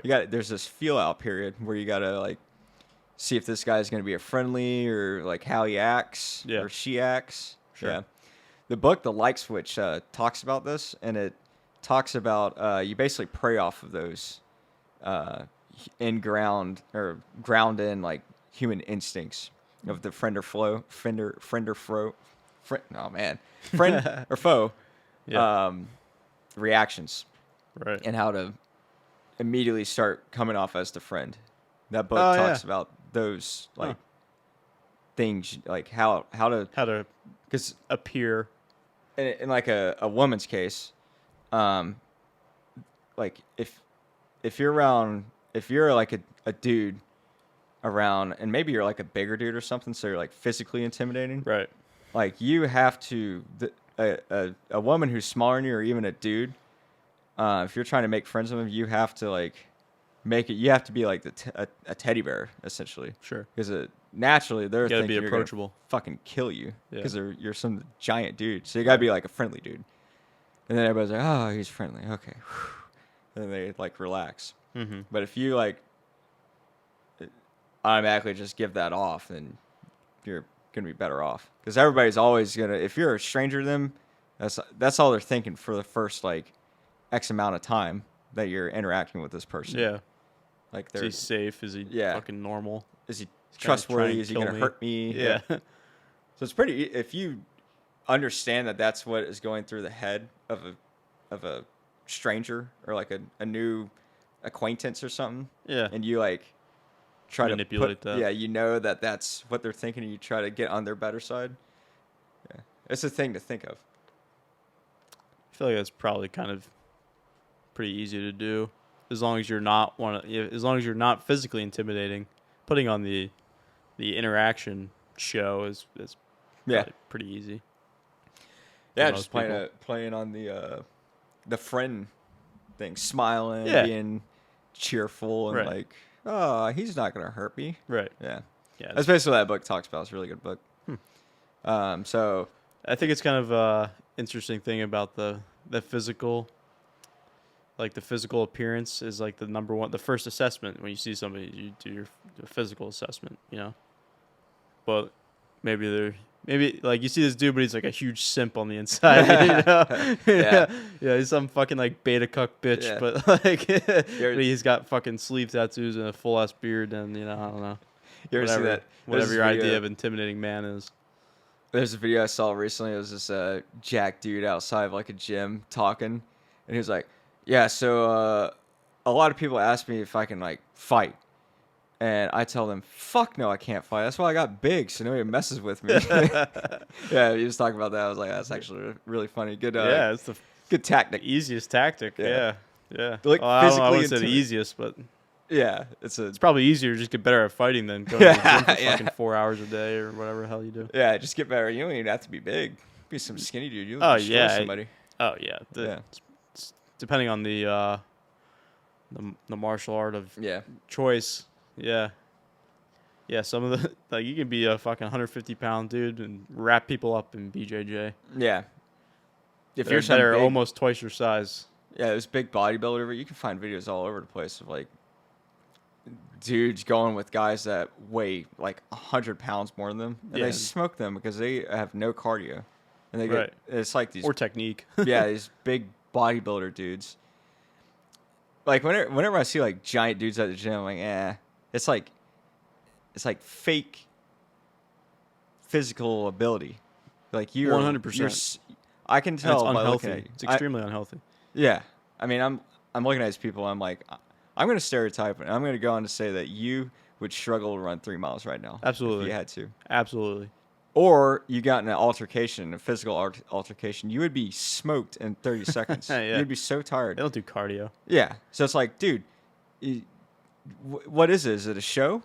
Like you're actually physically weak. Oh, it's all about aesthetics and physical appearance. That's what it is for the overwhelming majority of people that are into fitness.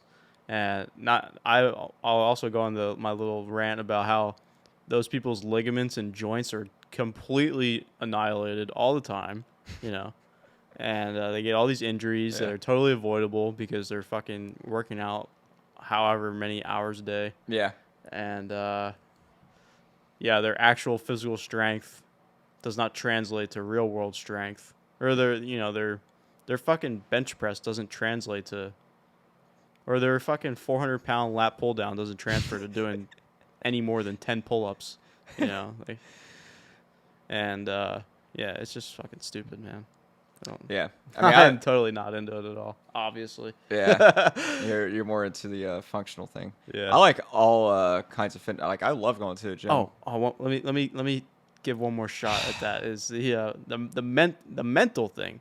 It's some people are just so mentally addicted and controlled by that desire to fucking get the new vein in their arm or some shit like that. It's like a mental. I really like some of those people are like definitely mentally have a mental problem with addiction.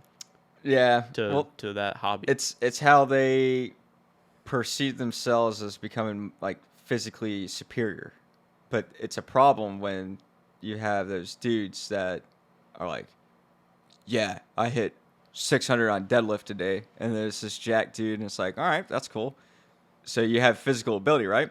Let's go for a run, and you're gonna. I'll go ride my bike 30 miles, and you probably can't swim, probably can't rock climb, probably can't. Fuck no, rock climbing? Are you serious? Yeah. They would get their. They can't even. Well, they got their shoulders are like this, so you can't fucking do anything. Just any type of real actual physical activity, probably you're not very good You at. gotta be well versed. Sprints. Oh yeah, Yeah. let me see you sprint, man. I would love to see that. Well, yeah, but you got to think like moving that amount of muscle mass, like it's not an easy thing. They're Yeah. very heavy people. That's why I'm like kind of. No, that's exactly what you want to be. You want to be an athletic person, not Yeah. a fucking That's a good way to look at it. They're not an muscular athlete person. in any way. No. Like an athlete, I'm pretty sure by definition is just like someone who has like high athletic ability, and that means like Some like, good hand-eye athletics. coordination, you know. Yeah, like an athletic thing. Pull anything. Like I'm an athletic person. Yeah. I can. You're not I very can, good at basketball. You can work on the Yeah, basketball. but I can hang though with the physical portion of it. Yeah, I suck at shooting hoops. I never really played sports, so Yeah, you said that. I Yeah. was surprised by that. I took you for a sports kind of guy. nah. I raced dirt bikes. That's all I did. And Yeah. I did gymnastics for a little bit too. Really? Yeah. Man, Yeah, I was fucking into the gymnastics girls are fucking hot. Yeah. Oh yeah. My yoga teacher is a former gymnast, which makes sense. They're always so fucking good at yoga. Yeah. It's like a perfect segue, Yeah. It's perfect transition. It's yeah, that stuff's probably extremely well. It definitely is extremely good for you. Yeah, Being oh, yeah. limbered up. I want to. Yeah. I'm super prone Have to you ever- injury right now. You're super what? Just prone to injury. I don't know how I haven't injured. Oh, I got an ankle sprain going on right now. I got it from a ruck run back in April, and then we just did another one the other day, and it flared it back up. Yeah. But, I don't know how. Well, actually, it happened a few days ago. So I'm not flexible. Me neither. I'd say that's why at all. That's why I'm doing yoga. It's embarrassing. Like you have me. I used to Oh. feel like that. I feel I got better at it now. I can touch my toes. Oh, dude. Oh man. I can't do a down dog yet though. I can do a down dog. My heels aren't on the ground though. I don't know how these fucking girls do that shit, man. Their heels are on the They're ground. fucking weird. How do you do that? I So don't you remember? understand. So in school, did you ever have to, in like PE? Did you ever have to do the Yeah. sit and reach? Yeah, of Oh god, that Yeah. was it was horrible. the at it. worst day of my life Yeah. doing that shit. Yeah, but you know, I was for what I'm naturally good at pull-ups. Like even when I was in like 5th grade, I was doing 10, 15 pull-ups, Yeah, something like me that. too. But I couldn't. I would get like the minimum score on the touch the toe thing. But then I would get on the pull-up bar and I would get like the fucking That's- highest in the class. That's not a good way to measure your physical, with like No. They don't do that anymore.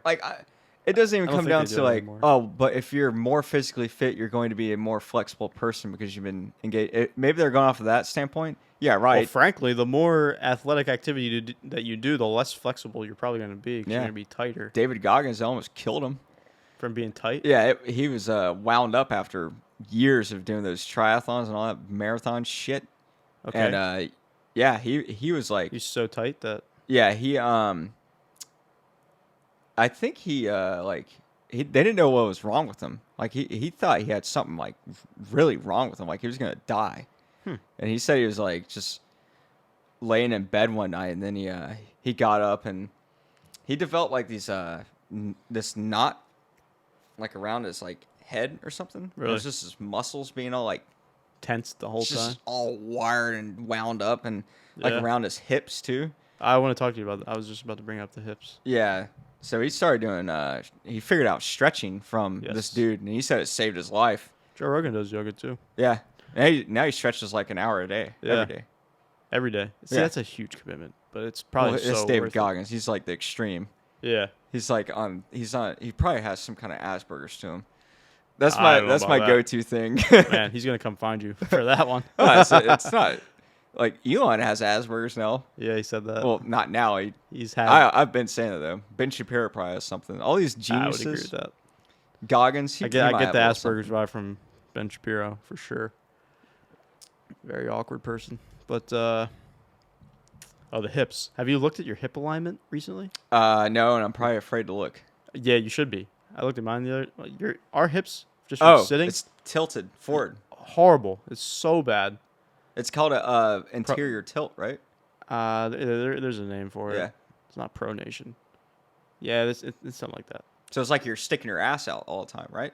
Yeah, your hips are just like forward, Forward. and you're sticking Okay, your so ass. like Yeah, before. and your fucking ass is out, and your back's got this weird fucking curve to Oh it. no. It's from sitting all Yeah. the time and having a weakening core. The Oh, only way to no. fix it is you got to do a lot more abs, a lot more core, a lot more Ooh. glutes, You know- glutes, lower back, and core. So that's what we need to hit really hard to Something fix that- that, and probably go to a chiropractor. So something I've the chiropractor, yeah. But I don't know. I think it's your muscles just It is. They're like stuck. So Pulling. it's yes, it's a combination of muscles pulling. Yeah, it's a combination of like pushing and pulling of weak muscles, like your leg, like your hamstrings are like pulling them down, pulling it down one way, and your lower man. back can't hold it level, and your core isn't like keeping it aligned the right way. It's a combination of all the different muscles pulling one way or the other. But yeah, you need to strengthen those areas big time. So I never really thought of my big hips, problem. but I definitely knew about the hip thing. Yeah. But I still do these two things, just small things to try to keep you aligned.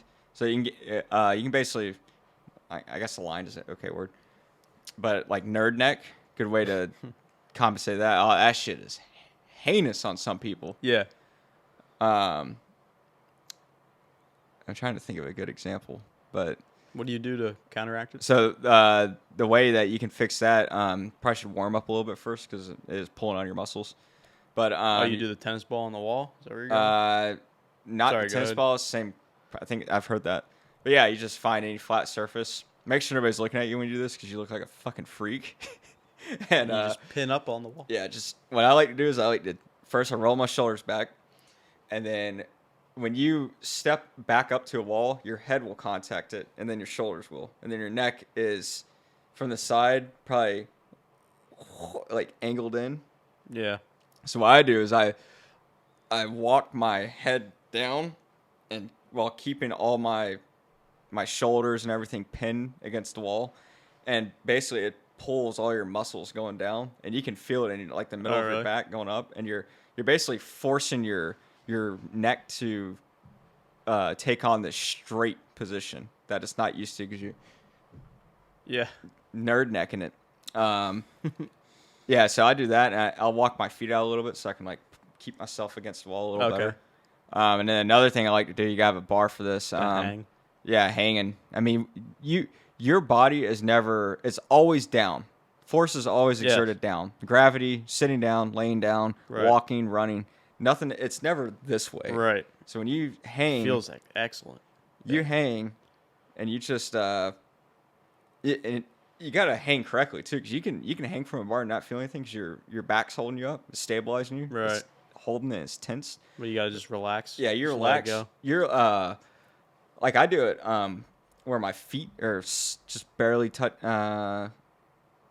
barely touching the ground. I kind of walk them out in front, and your lower back feels bad. It feels bad because it's like pulling on it, Mm-hmm. and I think that's just from the amount of Pressure. your muscles are freaking out. They're like, whoa, Right. why are we going that way? Yeah. Like they're constantly just Bind pulled it up. tight. Yeah. Yeah, the whole desk job shit is very bad for you. horrible. Yeah. Like, I'm pretty sure really people talk. regretting my life. I would almost rather be doing my old job, which is also extremely physically demanding. Yeah. Nah, I think you. No, I don't. I'm not very serious about that. Yeah. But from the physical health point of view, I'm pretty serious about that. And it's pretty easy to fix too. Standing desk. That would alleviate a I'm very gonna get a standing desk when I go back. Yeah. I'm pretty sure people talk shit and made fun of the standing desk thing when it came around. I'm definitely getting one, Yeah. even if I have to buy my own. Yeah. Yeah, like our my old job, you're always standing up at the computer. Yeah. It was nice. It was like at eye level. You weren't looking down, Mm-hmm. going forward. Yeah, you want a desk that's has an eye level. Right. You're not to a level that you don't have to reach in. It comes to you, Mm-hmm. and then like even the way your shoulders are sitting. And it's kind of hard to combat when you're standing, but when you're sitting, there's probably an actual like amount of elevation you want your armrest on your chair. Yeah, right. You want them to be. I try and get them level. Yeah. You know?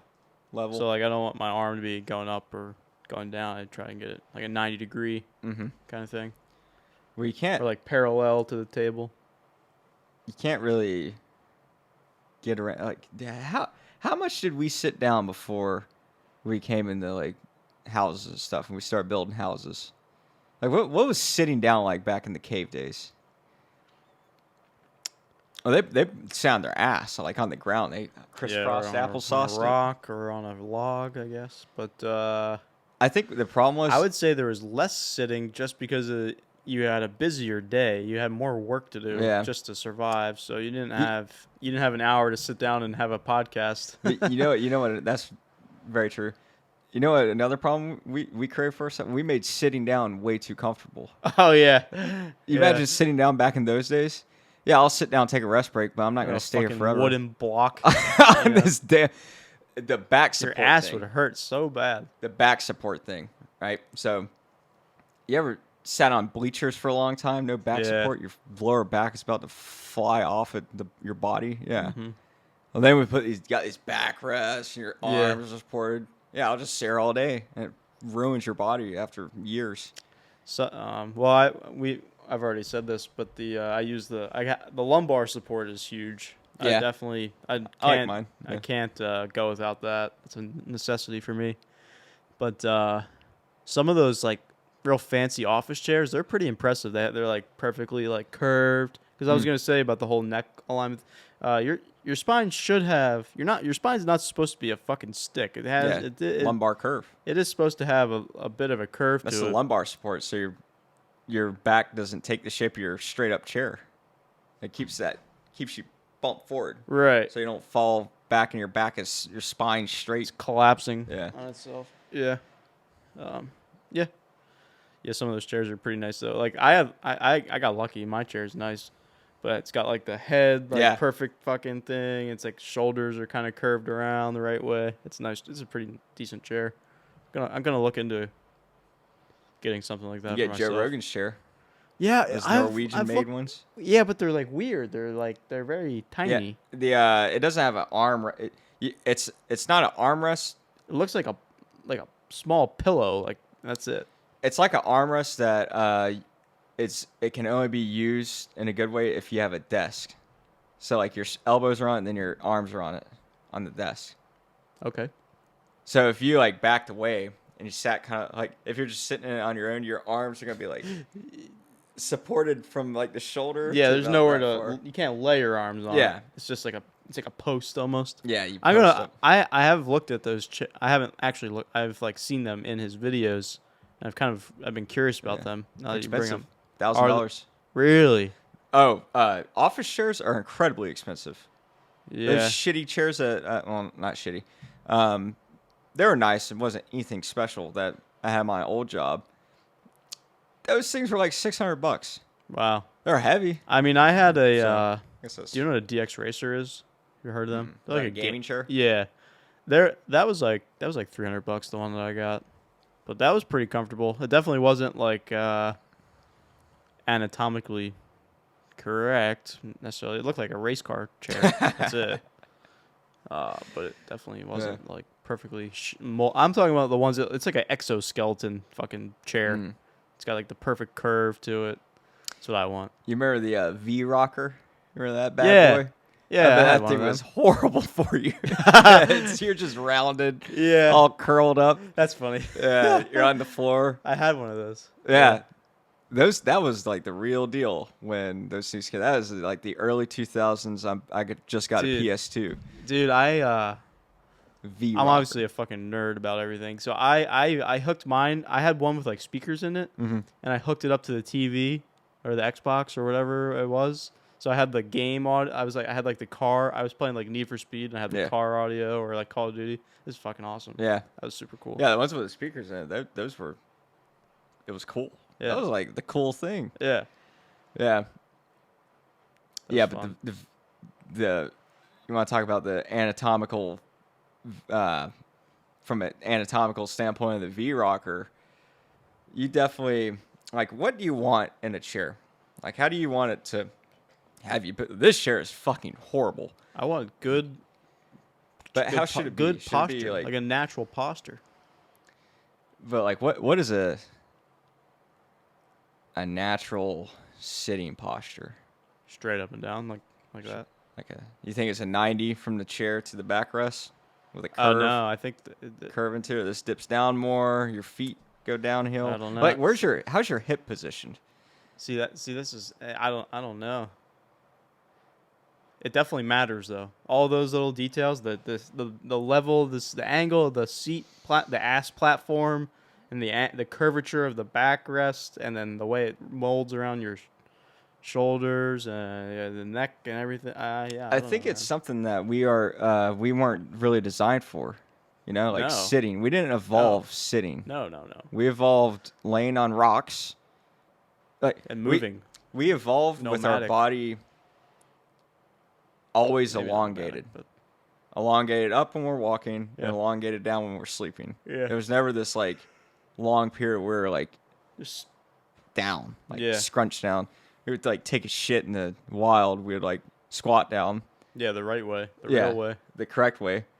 So maybe, that's kind of like a healthy position, I guess. So should we imagine a chair like that? It puts you in the squat position. Your hips are in that position. Can you do it? We call it the yogi squat in yoga. Can you do one of those with your feet on the ground, flat? Oh, and squat all the way? No. My muscles are horrible, I bet. Yeah. With like just how they are after sitting down so much. I can get into the position, but I don't have the balance, or I guess probably the strength to keep me there. I need like if I have like a pole or a wall in front of me, I need to like if I can hold the wall, I can be in the position. So what's the like? When are you there at the correct position? Your feet are flat, and then how are your knees angled? You squat like a natural, not too far out and not in, not straight. Maybe a little bit of a bow outwards. Yeah. And then pretty much your ass is touching the fucking.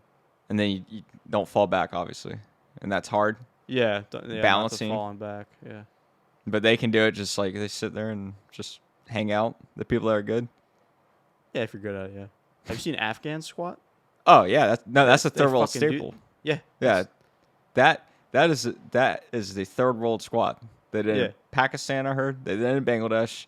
They definitely do it in Afghanistan. Yeah, it's just they just fucking hang out there. They hang out there, just fucking squatting down. Oh, their knees are like that angle of their knees. So like those things are, it's like close to 0 degrees. Well, yeah, and they're all fucking malnourished as shit. So they're like pencil legs. Yeah, you just can't tell because they got the fucking man jams on. Yeah, they don't have those thick hamstrings colliding with your calf. Those people, a lot of those people are very, very skinny. Mm-hmm. Yeah.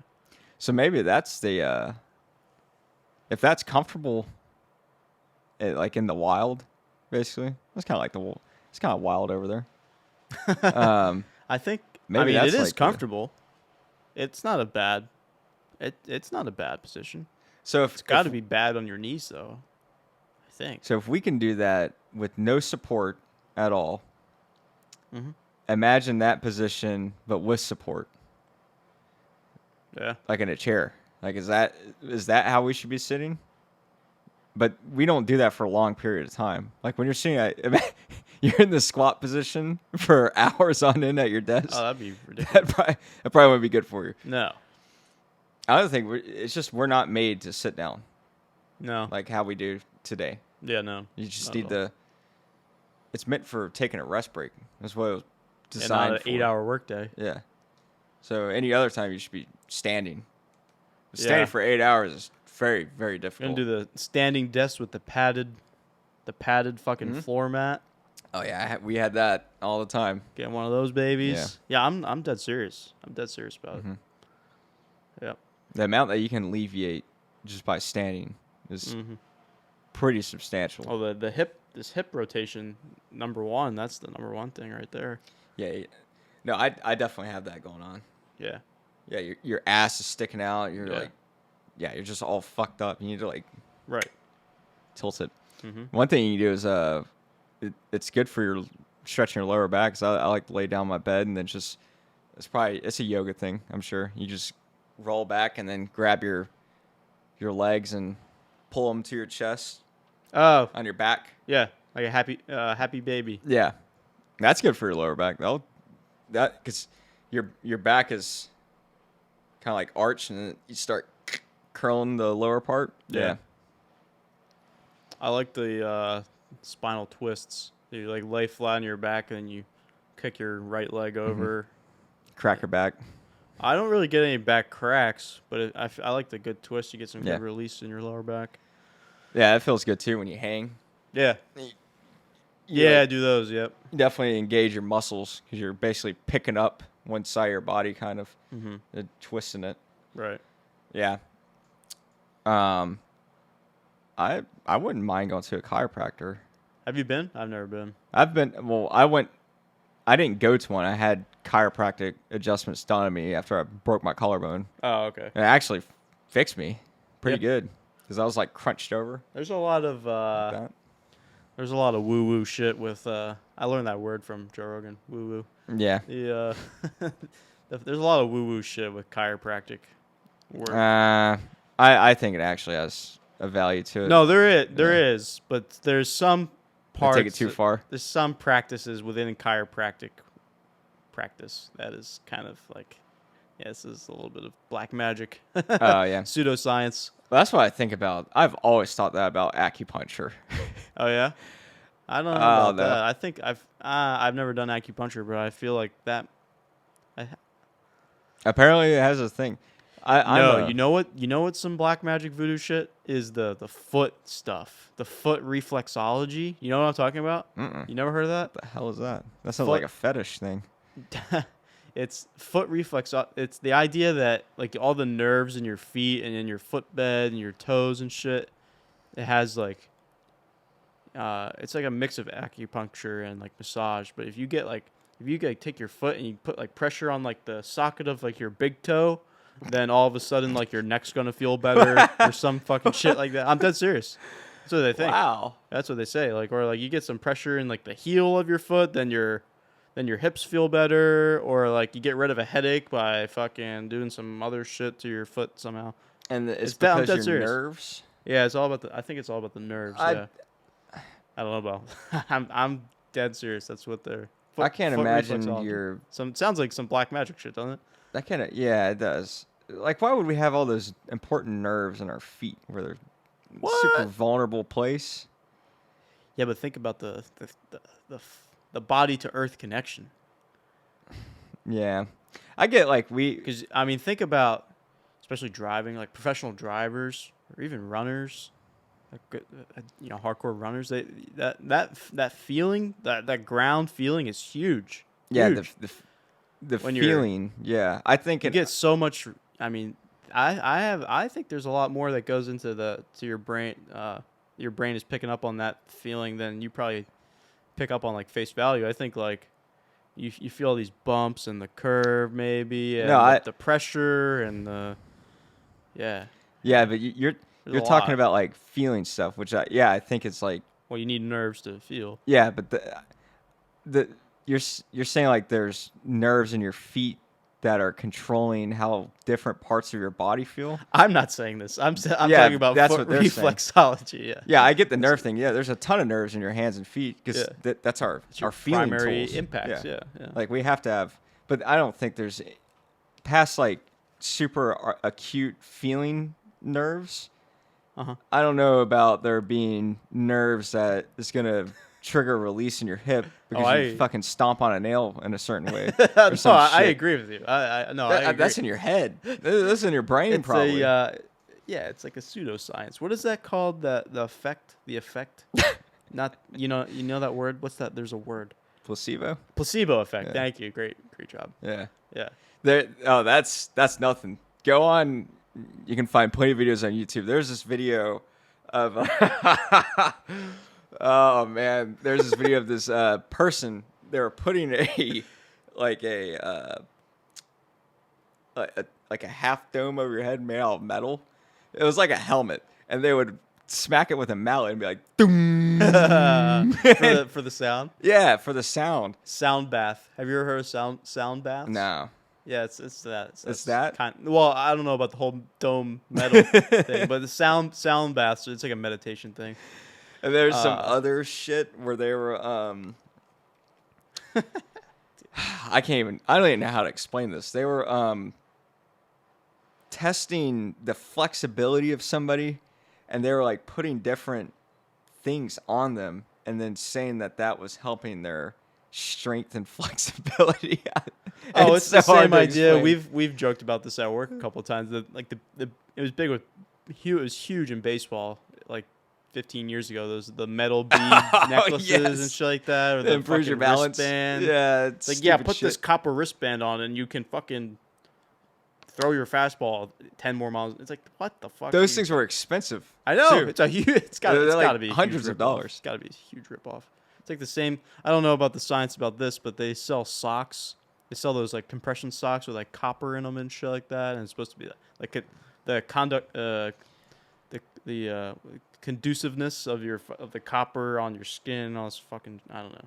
But let me hit one more black magic and chiropractic. You might have seen it on YouTube. Are you into the chiropractic YouTube stuff? I've seen quite a few of them. Yeah. Okay. So all of them. No, just kidding. good bit of them. Yeah. Yeah.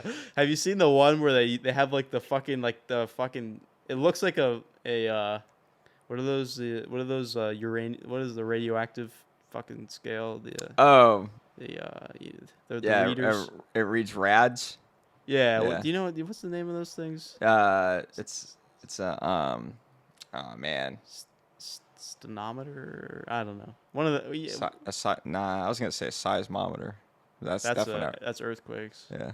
Either way, it looks like one of those little things. Got the little dial needle thing, and it's got like these two connectors, and they just fucking run it down your spine. You're like, oh, and it's like, oh yeah, we got no, we got a ping here. Oh yeah, you got C5 deviation. Oh, we got a ping. That's your C3, man. It's out of alignment. You got the gauge is all off the charts. It's like, what the fuck? Dude? No, I thought it was reading temperature differences.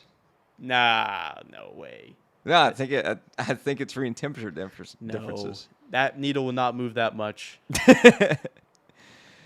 No way. No way. I could have sworn it was reading temperature differences, and I could see that let me debunk could be you. a thing. Let me debunk you even more, because the way they do it, they fucking slide that thing up and down your spine like crazy, so it's just creating a bunch of friction. So either way, if they're getting a fucking reading from the friction, it's all corrupted anyway. I didn't see him do it like that. I saw him slide it down. Yeah, and it'll reflect. I think that's the terminology they use. It's deflecting to the right. They'll say, yeah, that's what they say. It's deflecting to the right. I don't believe it. I don't believe it. They would have to explain that to me. Then I'll call them. That looks like some voodoo shit to me. I'll call their shit. Some woo woo shit. Yeah. Shit. The massage gun dude. That's another common one. That dude's in South Carolina. The ring dinger dude, the Texan with the towel, and he hangs you basically. Well, that looks excellent. Yeah, probably a little painful, but the release you get from that is probably. I bet like a bunch of fluid from your. Wait, the massage gun one? What was this? Oh yeah, he's another big one. Oh, they have the gun and it's like. It's like. Yeah, it's just like. Yeah. I'm like. Have you seen the one where they do the scrape? And it's to release like the scar tissue. Oh, I've had that done to me. And you get the real red reaction. I feel like that's probably. I had that. I've had that done to me. Hurts, doesn't it? On my collarbone. Yeah, it was like breaks up all the scar tissue underneath your skin. Yeah, it was this rod. Yeah. And they look like chisels, or they look like what was the word? What was the file? They kind of look like files. Yeah, he scraped the shit out of me. Yeah. And I was like, ow. Yeah. And it marked it all up. I remember that happened when I went to go, like, shortly before I got my wisdom teeth taken out, and the doctor was like, saw that it looked like I got like in a fight or something. Someone like threw sandpaper at me and chewed my skin all up. Yeah, they asked me what happened. Were you wearing a tank top? No, I had that gown shit on. Oh, really? Yeah. Huh. Yeah, they somehow saw it. They asked me what happened. I was like, nah, it's the scar tissue thing. Yeah. It was super painful. Right. But yeah, the red is actually the blood. Yeah. But the whole purpose of that is to break up the scar tissue. What about that cupping shit? Oh, it's another. That That probably. that looks like black magic shit to me. You think so? Really? Yeah, I'm would- only saying it because I'm being judgmental because it looks stupid. You Well, got it's these. painful. It looks like an octopus was like. Yeah, sucked that onto you. definitely leaves bruises on you for. It's got to be a couple days. It seems like it's not healthy. All that Sucking blood. all that blood up into your, like the surface of your skin. Yeah, I feel like it feels like a good. I just said feel way too many times. I feel like it feels like a good release, probably. I don't know. Never done it. Same with the tape. The KT tape. Yeah, Yeah, I don't know about that either. don't know about that one. That's The tape thing is like the bracelet thing to me. Yeah. Yeah. It's just evolved into Yeah, tape. you wrap it around your forearm this way, and you. Yeah, I don't know. Yeah, people like to put it on their shoulders. Yeah. They run it down. What? It's I don't know. that stupid shit. I don't Yeah. know if that sounds like a little bit of pseudoscience to me too. You're gonna have to show me the data on that. Mm-hmm. I used to be real big into that too. I at one point in time I wanted to be an athletic trainer. That's how I kind of got into this whole. I was big into the fucking chiropractic videos and the KT tape videos and all that kind of stuff. Well, I like the chiropractor thing, but a lot of people will tell you it's all horse shit. But Yeah, you can't tell me it's that. a money trap too. That's the other huge thing. Yeah, when They you fuck go you up, and then they'll be like, over- "All right, I'll see you next week. 75 more bucks." Yeah, when and you then- go over and over again, Yeah. I'm a believer in going to like put you back into position. Right. Like particularly if we've been doing this for a long time. Yeah. Sitting down. Go get. You think your fixed. skeleton isn't out of whack now? Right. You ever seen? I know you've seen this when they lay their feet down. They compare the length. Yes. That's pretty wild. And then they they yank on their leg and then it pulls it back. Yeah. That all right? So- You can't tell me that's fake. No, that's How's real. that a pseudoscience? That's gotta be real. Yeah. Yeah, the leg, hips, Yeah. the angle of your hips for sure. The Yeah. hips are huge. The thing with the whole going back over and over again is because you realign your spine, but the muscles aren't ready for it, and the muscles pull them back to just the way they were. So you can't just go to a chiropractor, get adjusted and feel like and have this idea that you're good. Yeah. You need to be doing yoga and stretching, and you need to be exercising the muscles that are giving you problems and causing the hip alignment issues, like the core and the lower back. And So, yoga is chiropractic for muscles. You can look at it that way. You're putting Yeah. your muscles, and your ligaments. back into. That's cool. Well, you're limbering them up Yeah. so that they're not pulling on your bones in improper ways. Yeah. You know what I'm saying? Oh, but yeah, what I was gonna say. Man, that was a while ago. We got sidetracked. Yeah. So like my legs are not limber at all. No. And I'm fine now, but I pulled my left quad in the car. Really? I adjusted. I like did one of these and it pulled on it. Just that little thing. I flexed my leg in a wrong way or something. I pulled my leg. I was like, what the fuck? Yeah. That's not even, it was sad. It was like, that is not something The I whole should be doing. the very, very prone to injury Yeah. because of the work that we've been doing. It's inactive work, sedentary work. Mm-hmm. It's fucking horrible. Yeah. Yeah, we're at 2 hours. We can go Yeah. ahead and wrap this one up. I like how we got like one topic. Yeah, that was a It's good. alright, though. Well, I think we had a good conversation. Yeah, It was a good, no, I'm not saying that off at the all. cuff one. Yeah. a little less. It was like off the cuff. It was a little Yeah. less serious. It was a We're good not off the talking about cuff one. space and fucking reality. Yeah, We had yeah. mirrors. Yeah, the mirrors. Hey, look Oh, into the fuck. mirrors, folks. That's what the next one's going to be called. What'd you say? Number 10 is going to be Mirrors and Autonomy. That's the title. Number 10, Oh. the one that I'm going to upload tomorrow. Yeah. Well, so it's not the next one, but the previous one from the time that you uploaded. Yeah. Next one that in our world, on YouTube world, it Yeah. won't make sense. Yeah. 'Cause this will come after. Yeah. Yeah. Inception. All right. Well, thanks for tuning in again, people. And we'll catch you another time. Thanks.